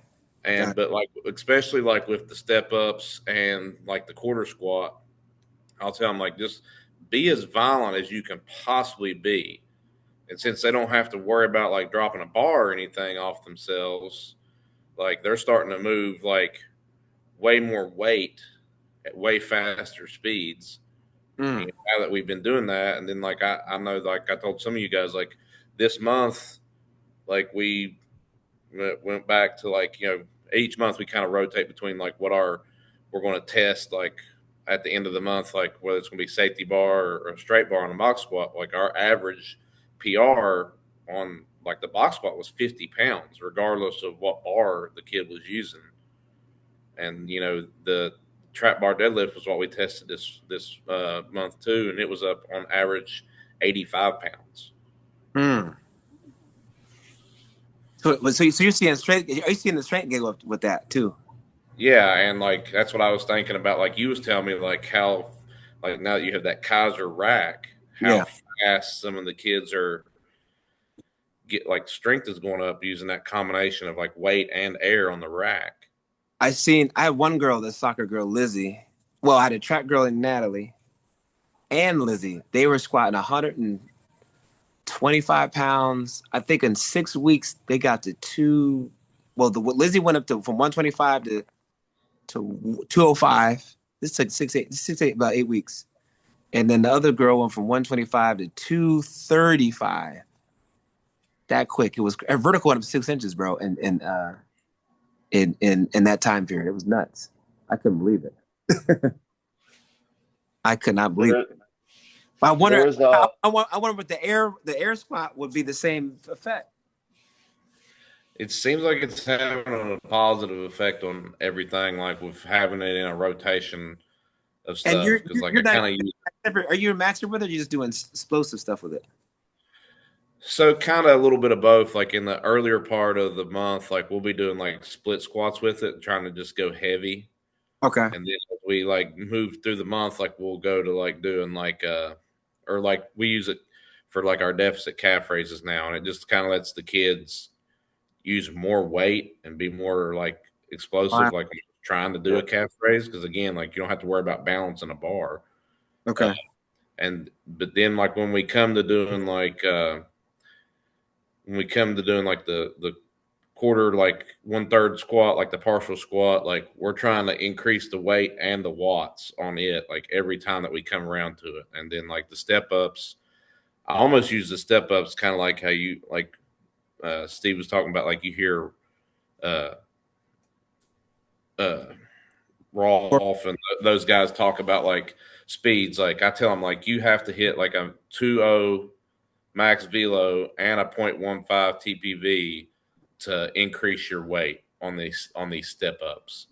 And so like, the first time or two, like, it's kind of stays the same, but like now by the second or third time a kid does comes around to doing those step ups, like they're starting to like go up. Like, so I'm seeing kids now like use 50 pounds over their body weight or more on those step ups and still be able to hit those speeds with it.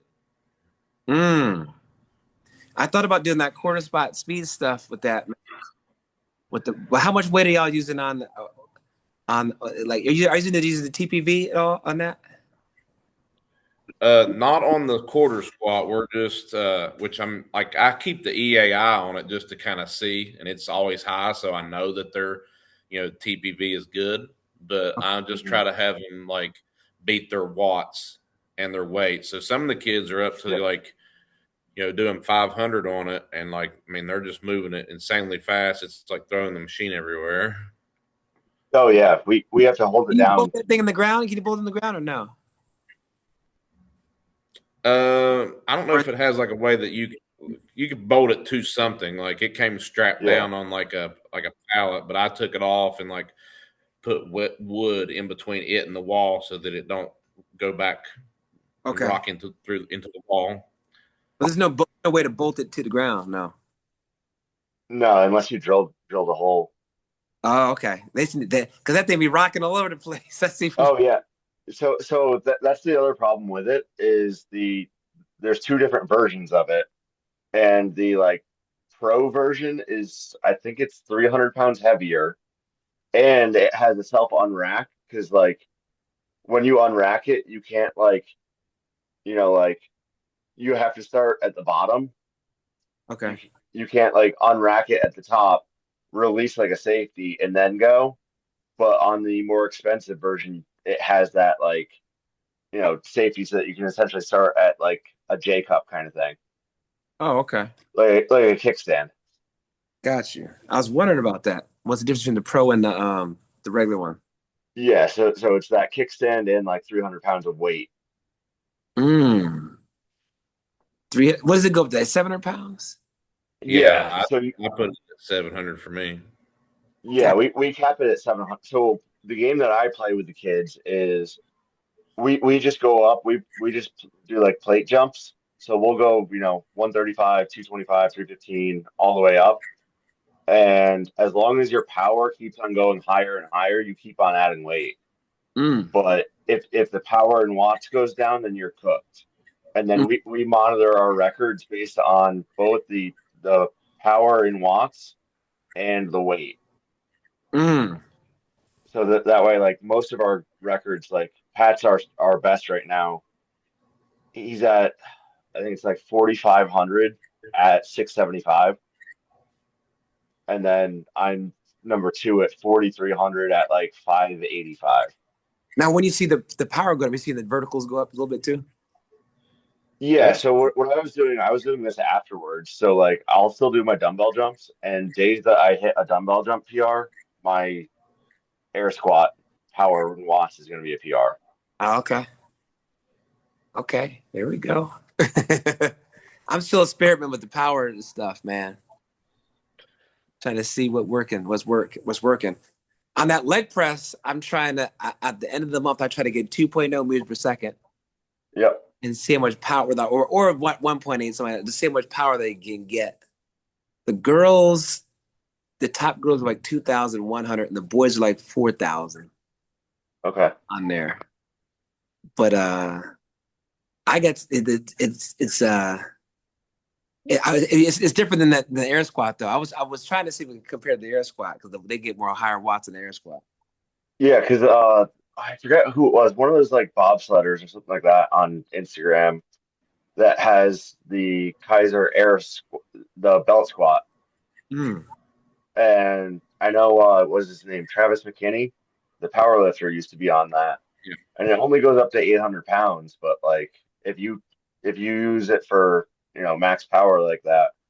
The bobsledders, one of them in a podcast had mentioned that their strongest hit like 5,000 watts, Mm. and they're generally 200 pounds or so body weight, so they're Mm. comparable to your you know Now, I feel smaller like this is linebacker. similar. So I want to ask this question while I got Zach here. Zach, what are y'all doing with that plyo swing? Because I feel like that's kind of in the same vein as this. I think so too. Yeah, I was just talking to Blake Grindhouse about the plyo swing yesterday. Well, he got one. I think he's just said he put an order in. I had to check my text. I think he said he's going to put an order in to buy one. I didn't know you could get one. I didn't know you can buy them still. Well, that's what I was talking. He said I don't think you can get a West Side one, but I think there's other ones that are out there. I have the West Side one, so that's what I was telling him. He has a bear squat, and he was trying. So I think he's going to do some of the stuff I'm doing with the plyo swing, the bear squat. I think Chantos has a bear squat. You know what they're called? Bear squats. Yeah. The power. There's the super cat and the bear squat. I don't know. Whatever one's the dynamic one. I don't know. I don't have either one of them. I just. I talked to this dude in Utah. Zach is called Custom Built Strength. Yep. He got a plyo swing. Okay. And he tendos it all the time. So he has all the numbers from he tendos the power numbers on there. Okay, I do. He has all the watts on there. He has all the data on there. I know. So I always talk to him about it. I just do it in meters per second. I just attach to do it and do it meters per second. So what I was telling Blake is like I will run it. There's a couple ways to run it. I think this is the better way to run it. I used to run it in like a velocity zone. Like, how people be like, okay, like, we're going to try to keep, it's kind of like how people use VB2 with the barbell, right? Like we're keeping it for velocity zone and then just load it as much as we can load it in the velocity zone. What I found that works better is to wave the weights, just like the dumbbell jumps, wave the weights and then chase a velocity PR. So kind of flipping it around instead of chasing load at a specific velocity, chase a velocity PR. So we measure and peak. And so we'll start in a 3-week wave. We'll base it off their squats, the same thing, the dumbbell jumps. And they'll have a peak velocity record. So every time we'll do 3 jumps and they'll take their last one. Or if we want to just do like pure power output, we'll just do 1 single. And then they'll just track their record for that peak velocity. And so then we'll just wave that and then they'll go up weights. So go light, medium, heavy, 3-week pendulum wave. And we'll just chase an all-time PR as far as that goes on the peak velocity. So we do that. Do you use weight and bands? He just uses all bands. So when I started, I did weight and bands. And so the bands can be good. The problem is it's not consistent. And that's the thing that bothers me just in general with the bands is that they're not if you're going to track peak velocity, you're going to have to measure your band tension on every single time. Because if not, you don't know if the band's getting lighter or you're getting faster. And so in large groups, that tends to bother me a bit because the bands will wear down on that. And if you're not keeping bands fresh on there, then it's really hard to measure if kids are actually hitting PRs. So I tend to not even use the bands on that very much. I don't really use bands in general for a lot of that work. We use bands really for accessory work, to be honest with you. For me, just to keep it so consistent, so simple and so consistent.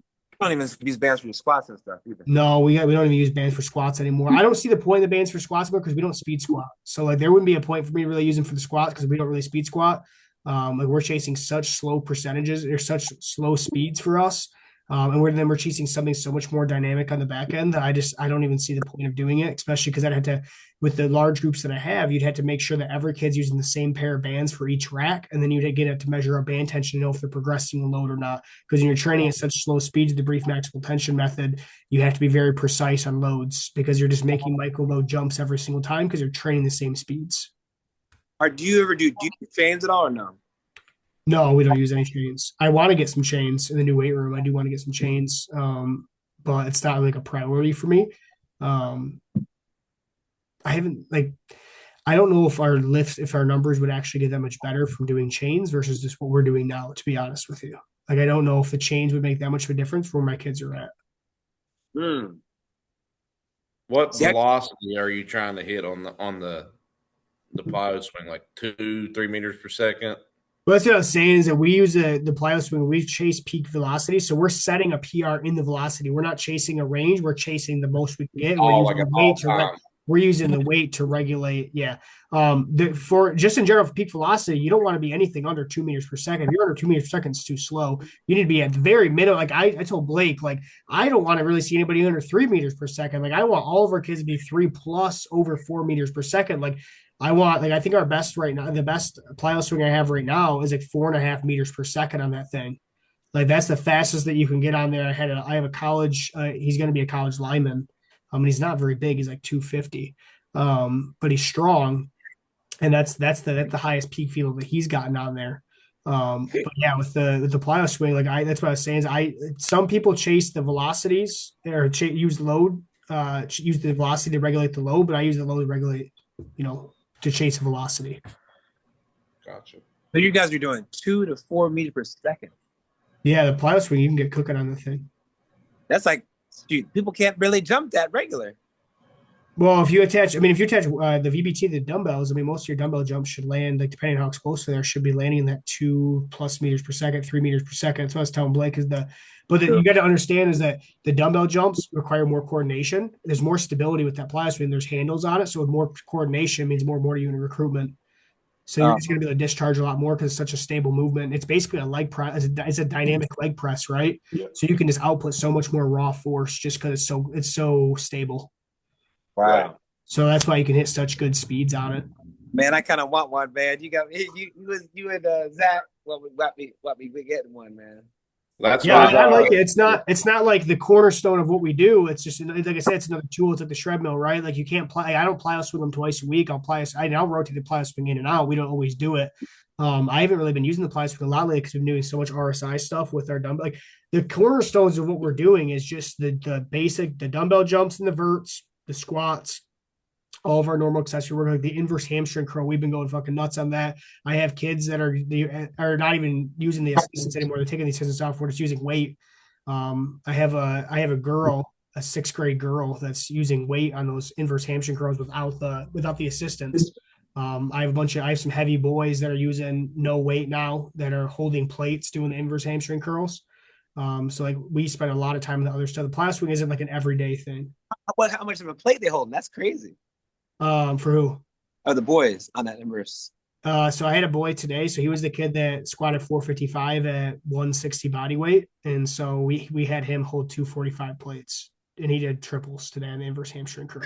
So 90 pounds added to his body weight for the inverse hamstring curl. 245? Yeah. What? You got to post that. When you get the chance, you got that. That's crazy. That kid that I posted that benched that 290 at 160, that he squatted 455 safety bar, like heel elevated without a belt today. Ultimate flex. That kid might be able to do a single leg inverse curl. I guess I haven't even thought about that. I've only seen one dude that dude from West Side did it. Dobson. Dobson. You might the challenge to do a single leg one. That is crazy.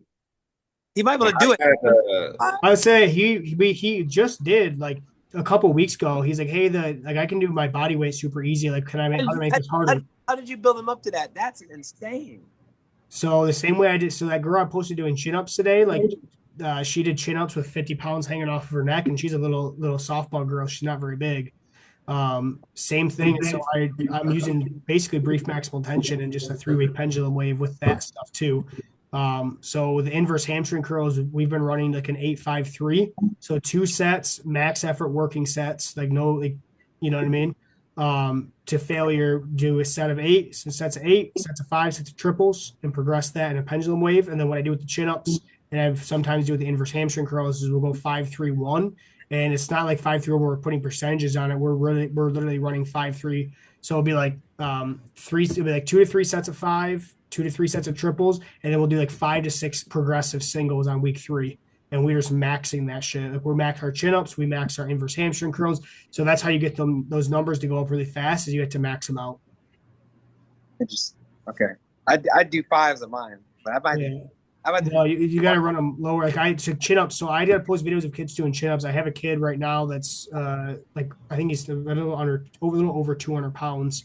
And we've been maxing our chin ups. So he had 100 pounds off his neck. I have another kid that's 175 body weight with 100 pounds off his neck for chin ups. So like we have kids that are chasing, like we're trying to get like one kid that can hang 135 off their neck and do chin ups with it, which is a lot for a high school kid, right? Like Oh that's yeah. quite a bit. So Yeah, we track a 3 rep max on chin ups. yeah, we'll max them out. We max out Okay. all that stuff. That's a good idea. I might start getting on that too. Zach, you do hyper still? Yeah, we do a lot of hypers. Oh wow. Are you doing heavy on that? Lower reps or higher reps? We do low reps in everything. No, I don't really do high reps anymore. I do low reps in everything. Everything like the lowest reps will go on the hyper just because you can only add so much weight. You can add like 5 plates on each side. We have the Rogue one and we have the Dynamic Fitness one, and we can add like 5-6 plates on each side. But like, so the lowest we'll go is like sets of 6, because that's just like logistically what we can do. But yeah, I mean, all of our reps and stuff is very low rep. Like we really utilize it. We really lean into that stimulating rep model. So like we max out a lot of stuff. Like incline benches are very low reps. Everything's low reps. And then on this brief maximal and everything. Yeah, pretty much. Well, not everything, but pretty close. Yeah, like we're not doing that on rollbacks and stuff, but like yeah, board presses, chin ups, inverse hamstring curls. Yeah, Might have to try that on the reverse side. Anything that has a lot of loading potential, you can really build and max it out. My kids hate the hyper because I do a lot of reps. I do like freaking 15, 20, 30 reps in the hyper. Yeah, that's the same problem I have. It's like we'll do sets of 20, and the kids are like, I had to do reverse hyper today. Like I don't want to do 20 reps. Can't breathe. I guess, and that's the thing. It's like I guess that's what you're using it for, right? If you're using it for like restoration purposes, absolutely, you can do it for that many. But like if you're looking for like raw strength building, like sets of 20, you know what I mean? It's the same thing. Like you wouldn't do sets of 20 to build your squat. Like why would you do it with anything else? And then you're adding additional fatigue to recover from. Like because we're such a high frequency program, like we train everything so high frequent, we have to keep the volume pretty low. Gotcha. But like we also, like I said, like our kids will attack like chin ups. Like how many programs are kids maxing out chin ups and like attacking that shit with plates hanging off them? Like not very many. But because the volume's so low, we have energy after brief maximal tension benching just to attack chin ups too. Well, I think that's like one of the things. Fahey said this a couple years ago. Like he was like, that's like he told me, he said the difference between you and Jared is like Jared will cap a lot of his accessory work to like sub maximal stuff because they really just do a lot of brief maximal tension set working sets on stuff. But like our stuff is a little bit more spread out. Like we do left brief maximal tension sets on main lifts, but we spread them out across the entire workout. So like like I said, we're going to like all the max effort on chin ups and shit. So if I'm getting some dip bars, so I want to do some dips too and kind of run the same thing, and start having kids max out some dips and stuff too.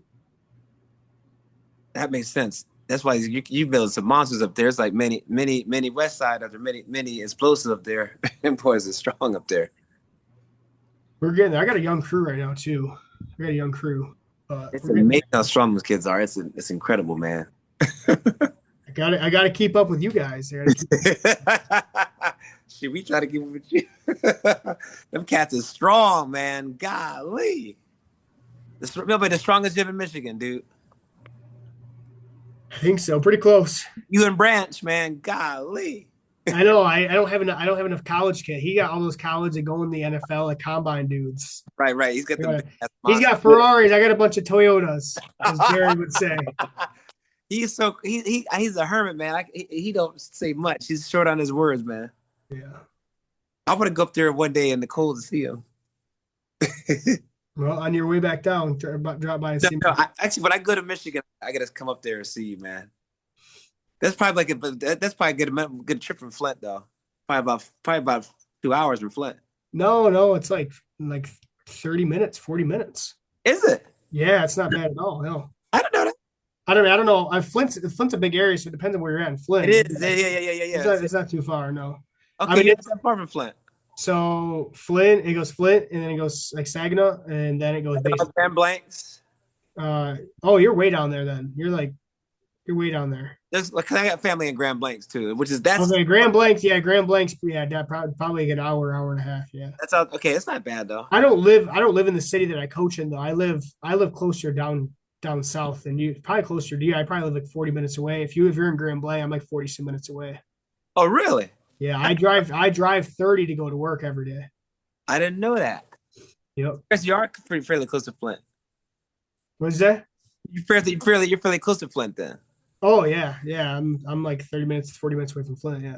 I didn't know that. Damn, I should have came up. Golly, man. Jeez. So are you doing RSI at all? Yeah, we were talking about our size right before you got on here. Yeah, that's what I was saying. We've been doing our size for like the drop jump our size we've been doing for like 9 weeks. Maybe it's been a little longer, I don't know, about 9 weeks. We just had a new PR for the drop jump RSI. When you do the plow swings, are they landing flat foot or are they landing on the balls of their feet? It's not flat footed. It's kind of mix of both, right? Because they're trying to output as much as they can. So it's like they have to have a long enough ground contact to create enough force to like really drive into the next one. But also like it's kind of like the RSI where you got to create enough elasticity to kind of get that little extra boost to get to the next meters per second. So, are you doing one depth jump over 12 and depth jump and RSI? Are you doing? Yeah, for the drop jumps we just do one. Yeah. Okay, got you. So we had a new PR today. We've been doing them for 9 weeks. So our kids are starting to really get it. So we had a 4.45 today, which was really cool. High school junior hit a 4.45. We had a 4.27. We had a couple more kids hit fours. So our RSIs are going up like crazy. That 4.45 was a 31 or 33.1 vert. And then that kid jumped a 37.5 today before squatting. But I also am like, he's down a little bit because he's wrestling districts tomorrow, so he's cutting weight. So like he's also down a little bit. Like once he can refuel a little bit, he should be able to push it even higher. Are you doing like dumbbell pogos or something at the end? No, I don't do any loaded, like I don't do anything like that because like for me the pogos, so we do 2 types of pogos. Like that's what I had that clinic and I was explaining this to people is like you can do extensive or intensive. For me, I like to do like the hurdle hops and stuff as intensive where we're chasing times. And I actually referenced you. I like to do extensive pogos where we're just building up some volume, like how you said those Jamaican sprinters, they're building volume of like upwards of hundreds of pogos throughout weeks, right? And it takes months and months to really accumulate enough volume for the tendons to adapt. So like we'll do extensive pogos and we'll do intensive things like the hurdle hops and the drop jumps and things like that. That's kind of how I separate them. And I just do those pogos right before we sprint, and we always sprint good. Are you doing in the before the workout? We do that, and that's our warm up. Like if you look at our workouts, like that's literally what we do for warm ups. Like people would be that's like, do you guys do dynamic warm ups? Do you guys do this, and that? I'm like, no, we literally will do a short ground contact plyometric, and then we go right into sprinting. Like that's all we do. It takes us 5 minutes to do, and it's gamified, so the kids get after it. It's not wasted work. And then we get right after and sprinting. What are you doing? You do an RSI for pogos? Not really, because I do a lot of the hurdles. I do a lot of short hurdle hops. Hurdle hops, okay. Yeah, so I do the short hurdle hops. I do the drop jumps. What are you doing? 6 inches or something like that? For the short hurdle hops? Yeah. Yeah, just a basic like the ones you get off Amazon, those cheap ones. Yeah. So I'll do it like we'll do like four or five of those hurdles, and we'll just bounce, and then I'll usually do ground contacts or whatever at the end of those.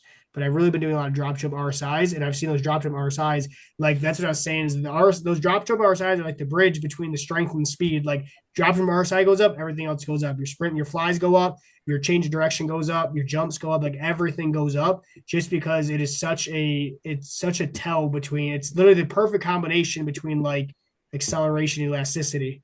And how powerful are you? Right. And because you're dropping into it and you change direction, it's the perfect like mixture of acceleration. Like it's quite literally slowing down to speeding up. That change of velocity is so strong. Yeah. So the better you get at that, everything else just gets better. Like okay. I like that. I've been doing when I tested, I do like 5 or 10 jumps. But I've dead off the box one time. My one girl did I send you my girl Ava? Mm-mm. She did it. She did a 315 on the 12 on one jump. Okay, yeah. So that's good. That's good for the ladies. I say I have some girls that are in the 2s, but I don't have a lot of like monster girls. I got this one girl who's gonna be a monster. She's an 8th grader. She just started training with me a few months ago. Like she squatted 240 today, free squat, safety bar. She's an 8th grade girl. I had a video for her squatting 190 on the safety bar for some reps. You do it hill elevated, I think, don't you? Yeah, I like the heel elevator. The heel elevate's the king. If you're gonna free squat, you should do them heel elevated. You shouldn't do them flat. Gotcha. And they just get a lot of you hit the quad, man. The VO. Yeah, it's just the knee flexion. Exactly what it is. It's just the knee flexion. The more you can bias knee flexion, the better accelerators you're gonna have. Yep, you get. I see that. I do. Byrd, your person that hit the 4.7 RSI, what was that on? Like a normal like pogo? Alex or? Lee. So I got this girl, Alex Lee, man. She did 10 jumps on the RSI. 10. She hit 407. This girl's insane, dude. She's insane. But What jump did she hit that 407? Was it like number 8, number 9? Was it exactly it was probably like 5 or it was like 4 or 5. It was like in the beginning. She's insane, but she's mostly Noah, my kid Noah hit all 4s on 6 jumps. Boop, boop, boop, boop. Noah's insane. He's bouncing. Yeah, that's high level elasticity. He's high. Now this girl, I mean, she's in college now. She goes to Bucknell. She broke the 200-meter record, the 400-meter record, dude. It's like when she just bounces, like the track's a trampoline. She just bounces down the track. Pop, pop, pop, pop. She is lights out, man. Yeah. When I get a kid like that, the time just melt away. When I got her, she ran a minute in the 400 and a 27-200. Now she runs 53 in the 400 and 23.5 in the 200. And her time just melt away. She runs a 0.97, a 0.95 fly 10. That's ridiculous. She's ridiculous. I never seen anybody of RSI like that in my entire life. I said you have world class elasticity. You're another level, dude. Well, I was talking to Fahey about this, and I think I put this on Twitter. I was just like, how I used to view elasticity as such a long-term thing that took such a while to get. But it's kind of like the jumps, how like vertical jumps used to take forever to get until somebody came along, gamified them, and created a system to do it. Now that there's a system of elasticity, right? Like he has his hurdle hops, like I'm doing the drop jumps. Like once you have a system and you can like you know the variables to tweak and manipulate, you can increase elasticity every week. Like we hit drop jump RSI's PRs every week. It's not something that takes months and months to get. Literally every single week we're hitting RSI PRs. Really? Yeah, like magic. Wow. So that's why I don't think the elasticity takes that long after really experimenting. I don't really know if it does take that long. I think we just didn't have the technology or the system before to really like measure it because it happens so fast. So you can't measure RSI without something very a fine laser, right?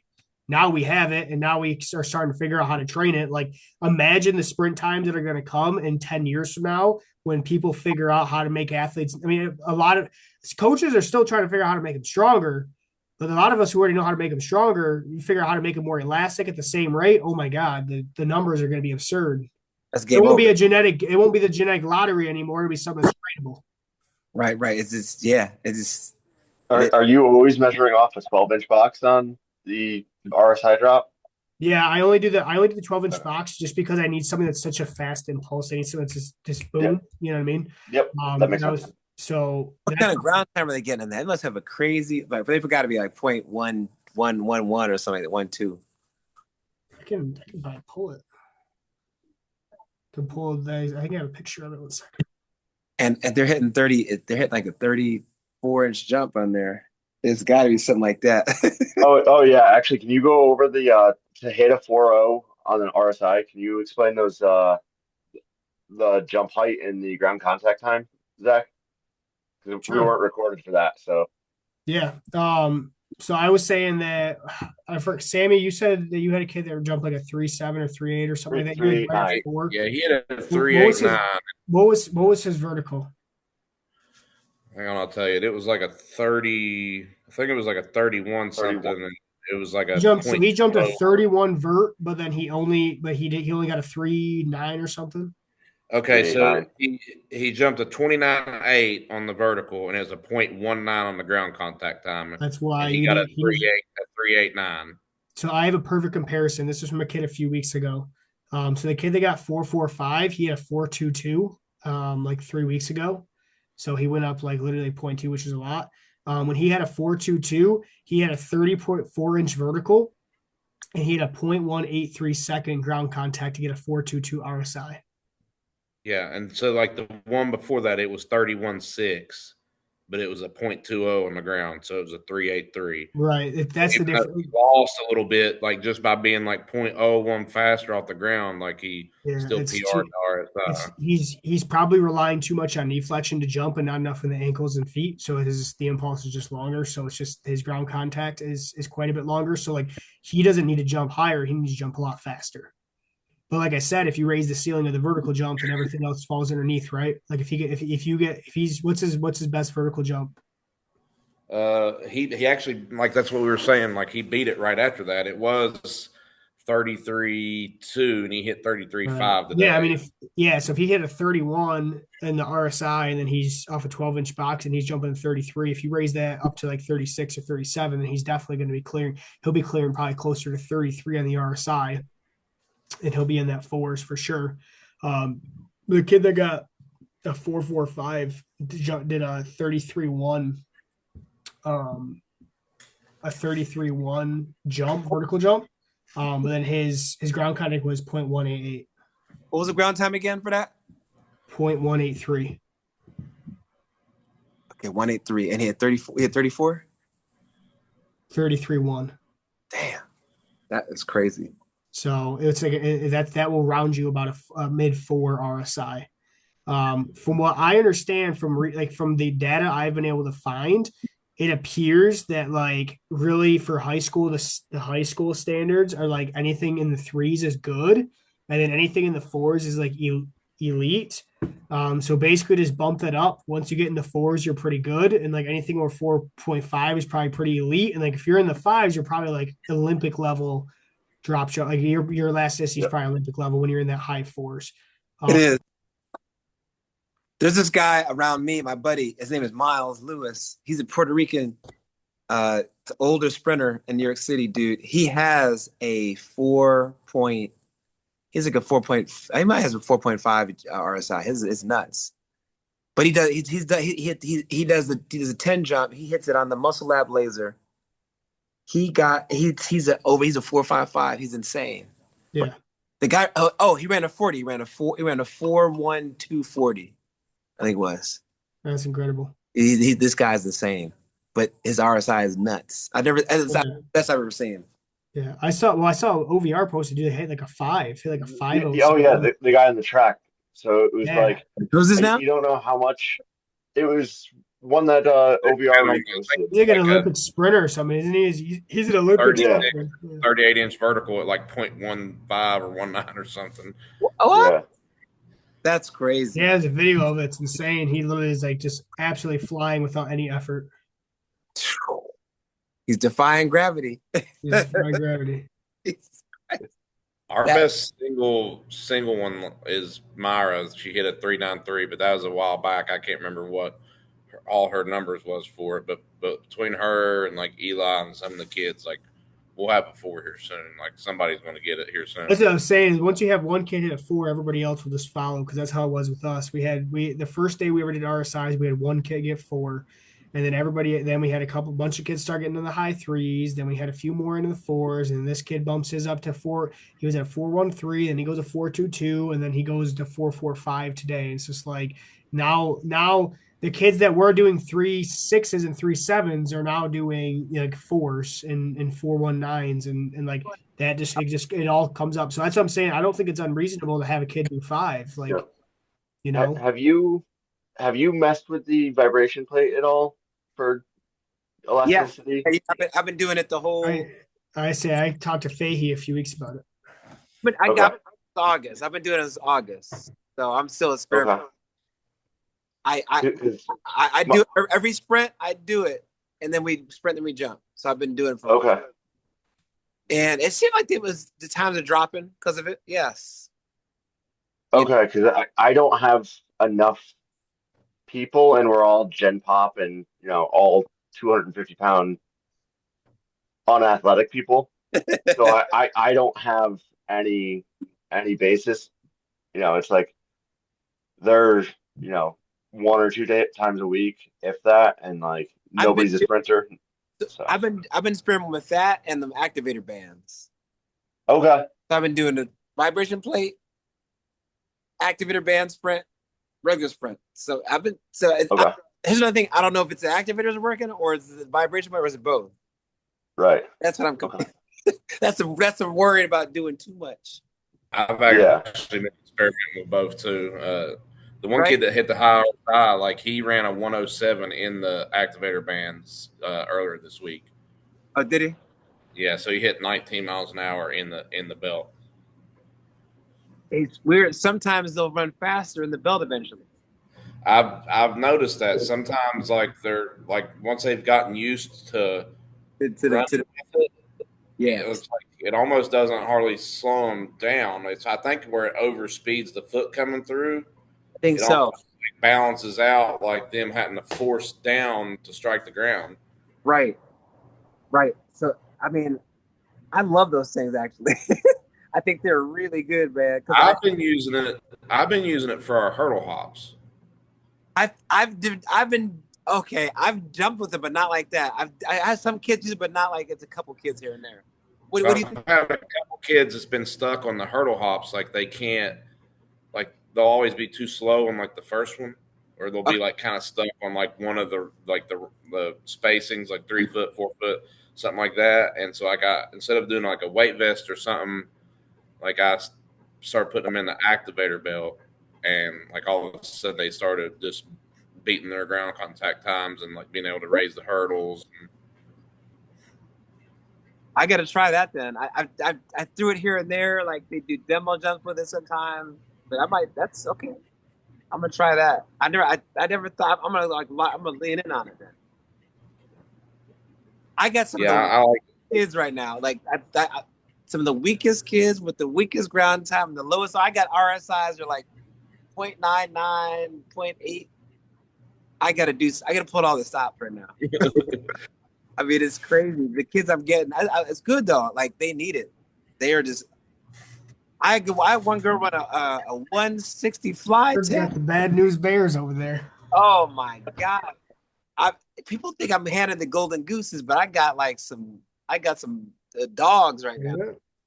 I had a girl that literally her like she was in the day, like her first day, like her fly was like 167, and she's been there like a few weeks now, and she ran a 147.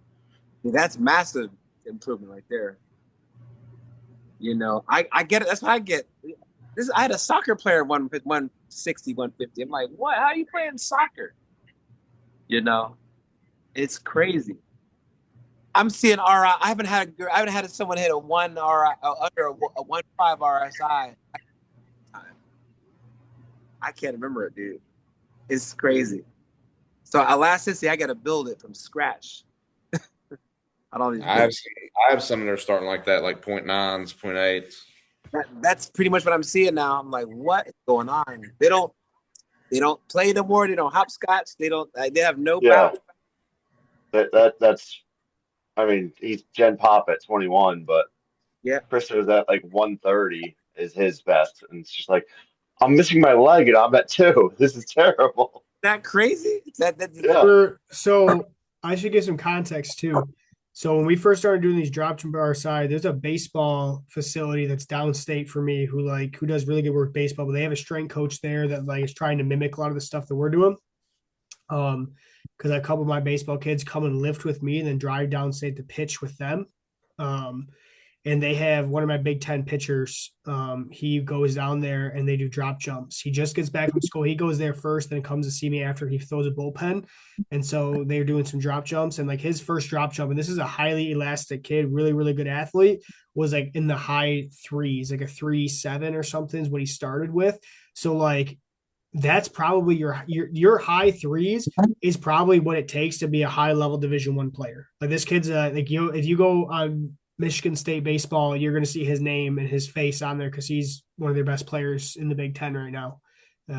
So like 37 is legit. I mean, that's right, but like that's without even having any. And that's what I'm saying is like with all my kids, like having all these kids going over fours, like what's the level? Because like genetic potential wise, he has more potential than a lot of these high school kids that are going over the fours. They just are being trained, right? So that's what I'm saying is like the fives is not unreasonable if you have a kid that already has the code. Like Marquez probably with some training in that drop, I bet you his ass could probably get up into the high fours. I bet he probably does pretty good on that.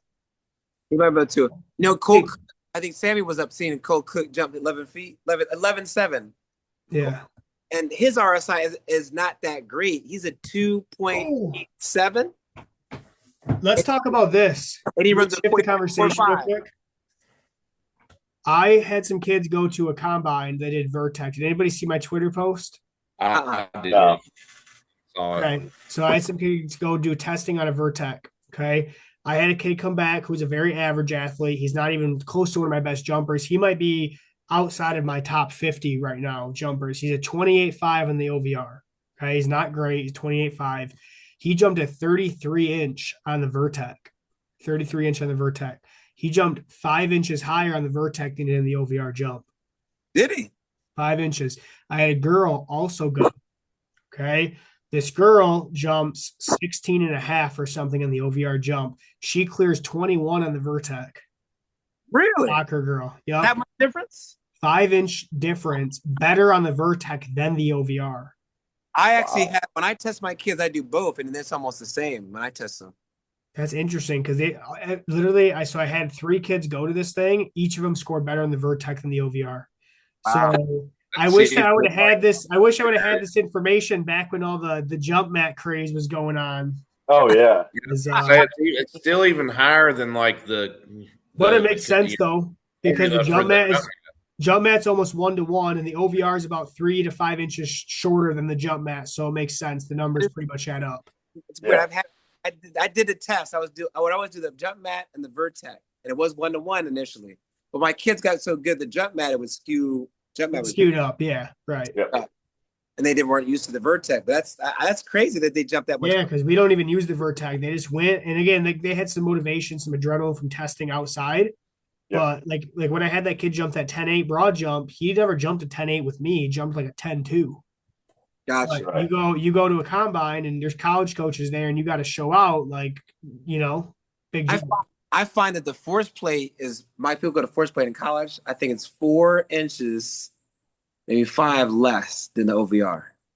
Oh, that sounds about right. Yeah. Because I had a girl who jumped 26 regular, then she hit 26. Oh, she had 20 hands on hips because they tested hands on hips on the force plate. Then she went 60 on the force plate on the hands on hips.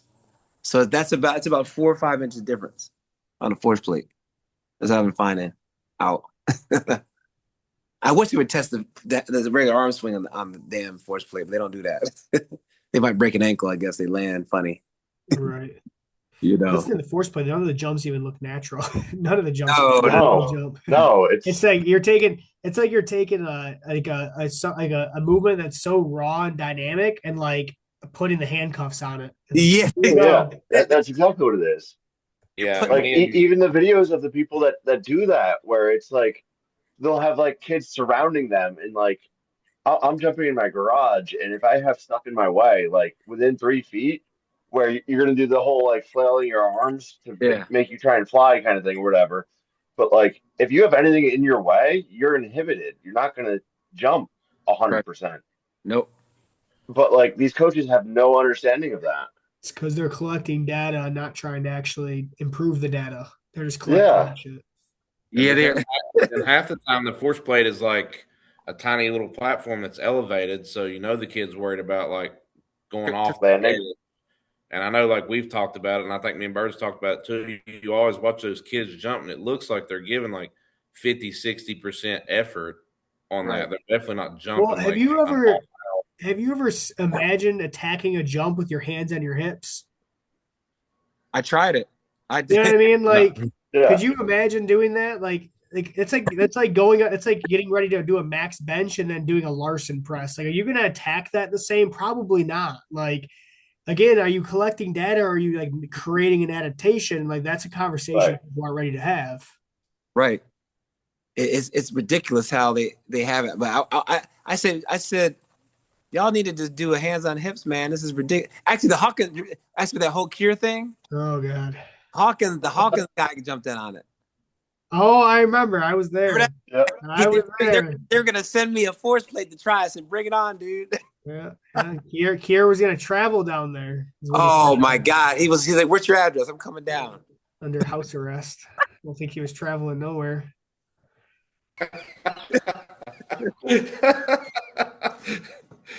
That was funny, man. I kind of wish he did come down, actually. Yeah, he was wow. Yeah, I think the thing that gets lost on these people is like, no matter what it is, like if you jump really high, you're going to test the highest on all the other modalities. Well, because they only wanted to test once a year. That's exactly right. They test once a year. Like my cousin ran at Merrimack, and she was like, "Oh yeah, in my 5 years at Merrimack, because it was during COVID, it was like she had 6 different strength coaches, and they each tested on a jump mat once each year, and it was like, well, yes, that's what they do. It's a collecting data sheets. Is literally what they do. That's in the strength coach manual. Test vertical once a year. That's what they. Yeah. That's what you do. I'm like, golly, and it goes. Wild. I think conspiracy theory. They know the jumps will go down. They do it often, so that's what they want. Oh yeah. Yeah. Oh, yeah. 100%. No, that's 1,000%. Why test anything if you know what your results are? Right. Right. Well, that's like years ago after when Randy Huntington was talking about like recovery and like the deep water pool and stuff like that. And at that time I was, just doing like readiness jumps every morning on the jump mat. And it was like, I go to my in-laws pool, and then the next day it's like my jump's up 3 inches over what it was, when I was burnt out. And it's like, oh, okay, this I can see this. There's something there. There's something there to it. Yeah. But like nobody else is, jumping every morning at the same time for a year. Well, their thing is, oh, we're power cleaning. Their jumps must be going up. They must be getting closer. The target's going up. Don't get me started on the power clean. I don't think people are doing power cleans anymore. How many power clean videos do you see anymore? I almost don't even see them. Maybe it's just my algorithm. It's just like takes them away, but like I don't even see. I don't even know what programs are doing it still. I see them all the time. They're still making my college kids do them. Well, it was wild when this was a few years ago when Travis Mash was like trying to sell the Kabuki Strength Kratos flywheel. And he's got a kid that he's trained in Olympic weightlifting for 10 years. And the kid goes from like a 34-inch vertical to 40 in 12 weeks or 9 weeks or whatever it was. Yeah, with the flywheel, and he tried to say it's the clean. Yeah, it was with the flywheel, and it was only because of the flywheel and doing like death drops. Let me get this straight. He trained in Olympic lifting for 10 years and couldn't already jump a 40? Right. He had to do jump training. He had to do jump training to get the 40-inch jump. If he was an Olympic level weightlifter, shouldn't he have already had a 40-inch jump? Like, isn't that well, and that's what was hilarious because I spelled it out to Travis Mash, and it was like, how much did his clean and his snatch go up? Because they couldn't have gone much. And he's like, oh yeah, he moved up a weight class too, so he got bigger. But his clean and snatch didn't go up proportionate at all, or like that would have actually made your argument worse. Then you got heavier, your relative strength got worse, and somehow it had no effect. It had a complete opposite effect on your jump. Right. Well, I know Byrd, that was supposed to be his. Have you ever heard what Louis said about that? Have you heard the Louis Travis thing? Byrd's probably heard it. I think I know what you're talking about. Yeah, I won't repeat it on here, but I definitely know what you're talking about. It applies. Louis was right. I had this one kid. That study, Byrd. Like I know he talked about it on the podcast, like the flywheel study. Did he send that to you? Oh my God, no, he didn't. You're right. I forgot that.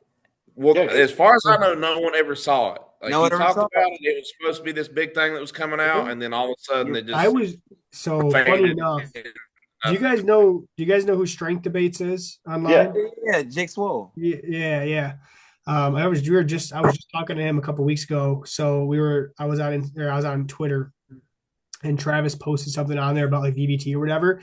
And I started reading. I'm like, wow, this seems a lot like Chat GPT like wrote this. And I started looking at it. I'm like, no way. So I texted and said, yo, will you look at this and like tell me something's off? He's like, totally AI. I'm like, no shit. So I start going on like, it's like half the information's wrong. It's like not even right. So I'm like, is he training people still or is he just selling stuff? Because I actually don't even know what he does anymore. Like, I think he's just I think selling it's stuff. online. He trains online. People. yeah, I think he's just selling VBT units. I don't think he's Yeah. actually, you know. I think that's what he does is online joints. But when's the last time you've seen an athlete he's trained? Like, have you seen any posts of athletes he's training? Never. It's always like No. throwback videos to like other people he's had in the Ryan past. Grimsley. There's like a powerlifter girl that would be on there, but I haven't seen her in a while. Yeah, that's what I'm saying. Well, what happened with him with Lenore Ryan Oh, Matt? University? Yeah. That's a good question. I think they got rid of him or something like that, or he stepped down because he's in a regular private gym now. That's what I'm saying. I don't think some stuff happened there, but he's selling units for Flex or something. Is that what it is? Or Flex? No, it's not Flex. It's No, it's gym aware, isn't it? yeah, it's GymAware. It's Flex. Yeah. Yeah, gym aware, and he's doing a gym aware treadmill study. Did you see that? He's got to be hating Fahey right now because Fahey's going to drive that whole brand out of business. Oh, He's got to be hating that one. I think Fahey will drive a bunch of brands out of business before it's all Oh over. yeah, dude. That's what I'm saying. He pushed the stop clock on people. But that, I get a story for you, man. I had this dude, Cyrus. Do you meet Cyrus when he was up here? I don't know if I did or not. He's my sprinter. I took him from a 12.85 to 11.3 in 9 months. Oh, you told me about him, but I don't remember if I met him or not. Hey, Zach, I had this dude. He ran a 12.85 100 dash hand time. Slow. He ran a 5.840. I'm not joking you. His fly time was 1:35, I think it was. Yeah, I think it was in the 1.3s. It was 1.3. He brought his broad jump was 14 inches. I'm not joking you. Wow. And he what was his broad? I think it was 6'11's broad jump, dude. He was I doubled his on the jump mat. I doubled his vertical. He went to 35, and then he went to I think he jumped 9.6. He ran 11.37, dude. But he was like, Byrd, I'm looking on TikTok. They do all the fastest sprinters do the Olympic lifts and cleans. I'm like, Byrd, why don't we do it? So I'm in this other gym, CrossFit, and there's good Olympic lifters, and there's a great. The one girl is like she's like a national qualifier. She was push jerking 240. The girl weighs like 135. Yeah. Let me try that. He couldn't do it. He was like, so one day he pulls her. I'm not there. He pulls her aside. He goes, let me see, get in that jump mat. Let me see what you can jump. The girl can probably clean 240, 250. She's a beast. He goes, get in that jump mat. She jumped like 18. He couldn't believe it. You know, he's like, wait a minute. You're supposed to have a crazy 30-inch vertical. What's going on? Like, how you jumping 18?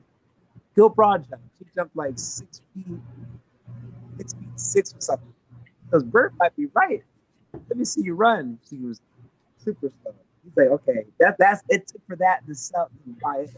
Because he thought in his mind this top Olympic lifter would blow right in the water in the jumps in the sprint. He was shocked. Dude. I was dying when I loved it though, because it was like I couldn't convince him. That's what I'm saying is like the numbers are so watered down when you really think about it. Like you can't tell me if people adopted this style of training that these numbers wouldn't be blown out of the water. Like the genetic elites, if they had this style of training, would just blow these numbers out of the water. Hell yeah. And like the guys like Noah Lyles or like these professional sprinters, it's not the lift makes them fast. It's just the sprint coaching, the technical sprint coaching and the programming. Doesn't matter what lifting they're doing, they'll get fast. But if they actually did this type of stuff, I think it'd be crazy. I agree. It'd be crazy. But like they love to lift. That's what they always done. So it's like all these football teams want to do it, all these track people want to do it. It makes no sense. All right, guys, I'm gonna hit the record on. We'll stop recording now because I know Scants is almost 1 o'clock in the morning for him. He's He's out on the West Coast. no, he's east of us. He's I'm East, baby. east of Maine. Oh wow. Where at? He's in the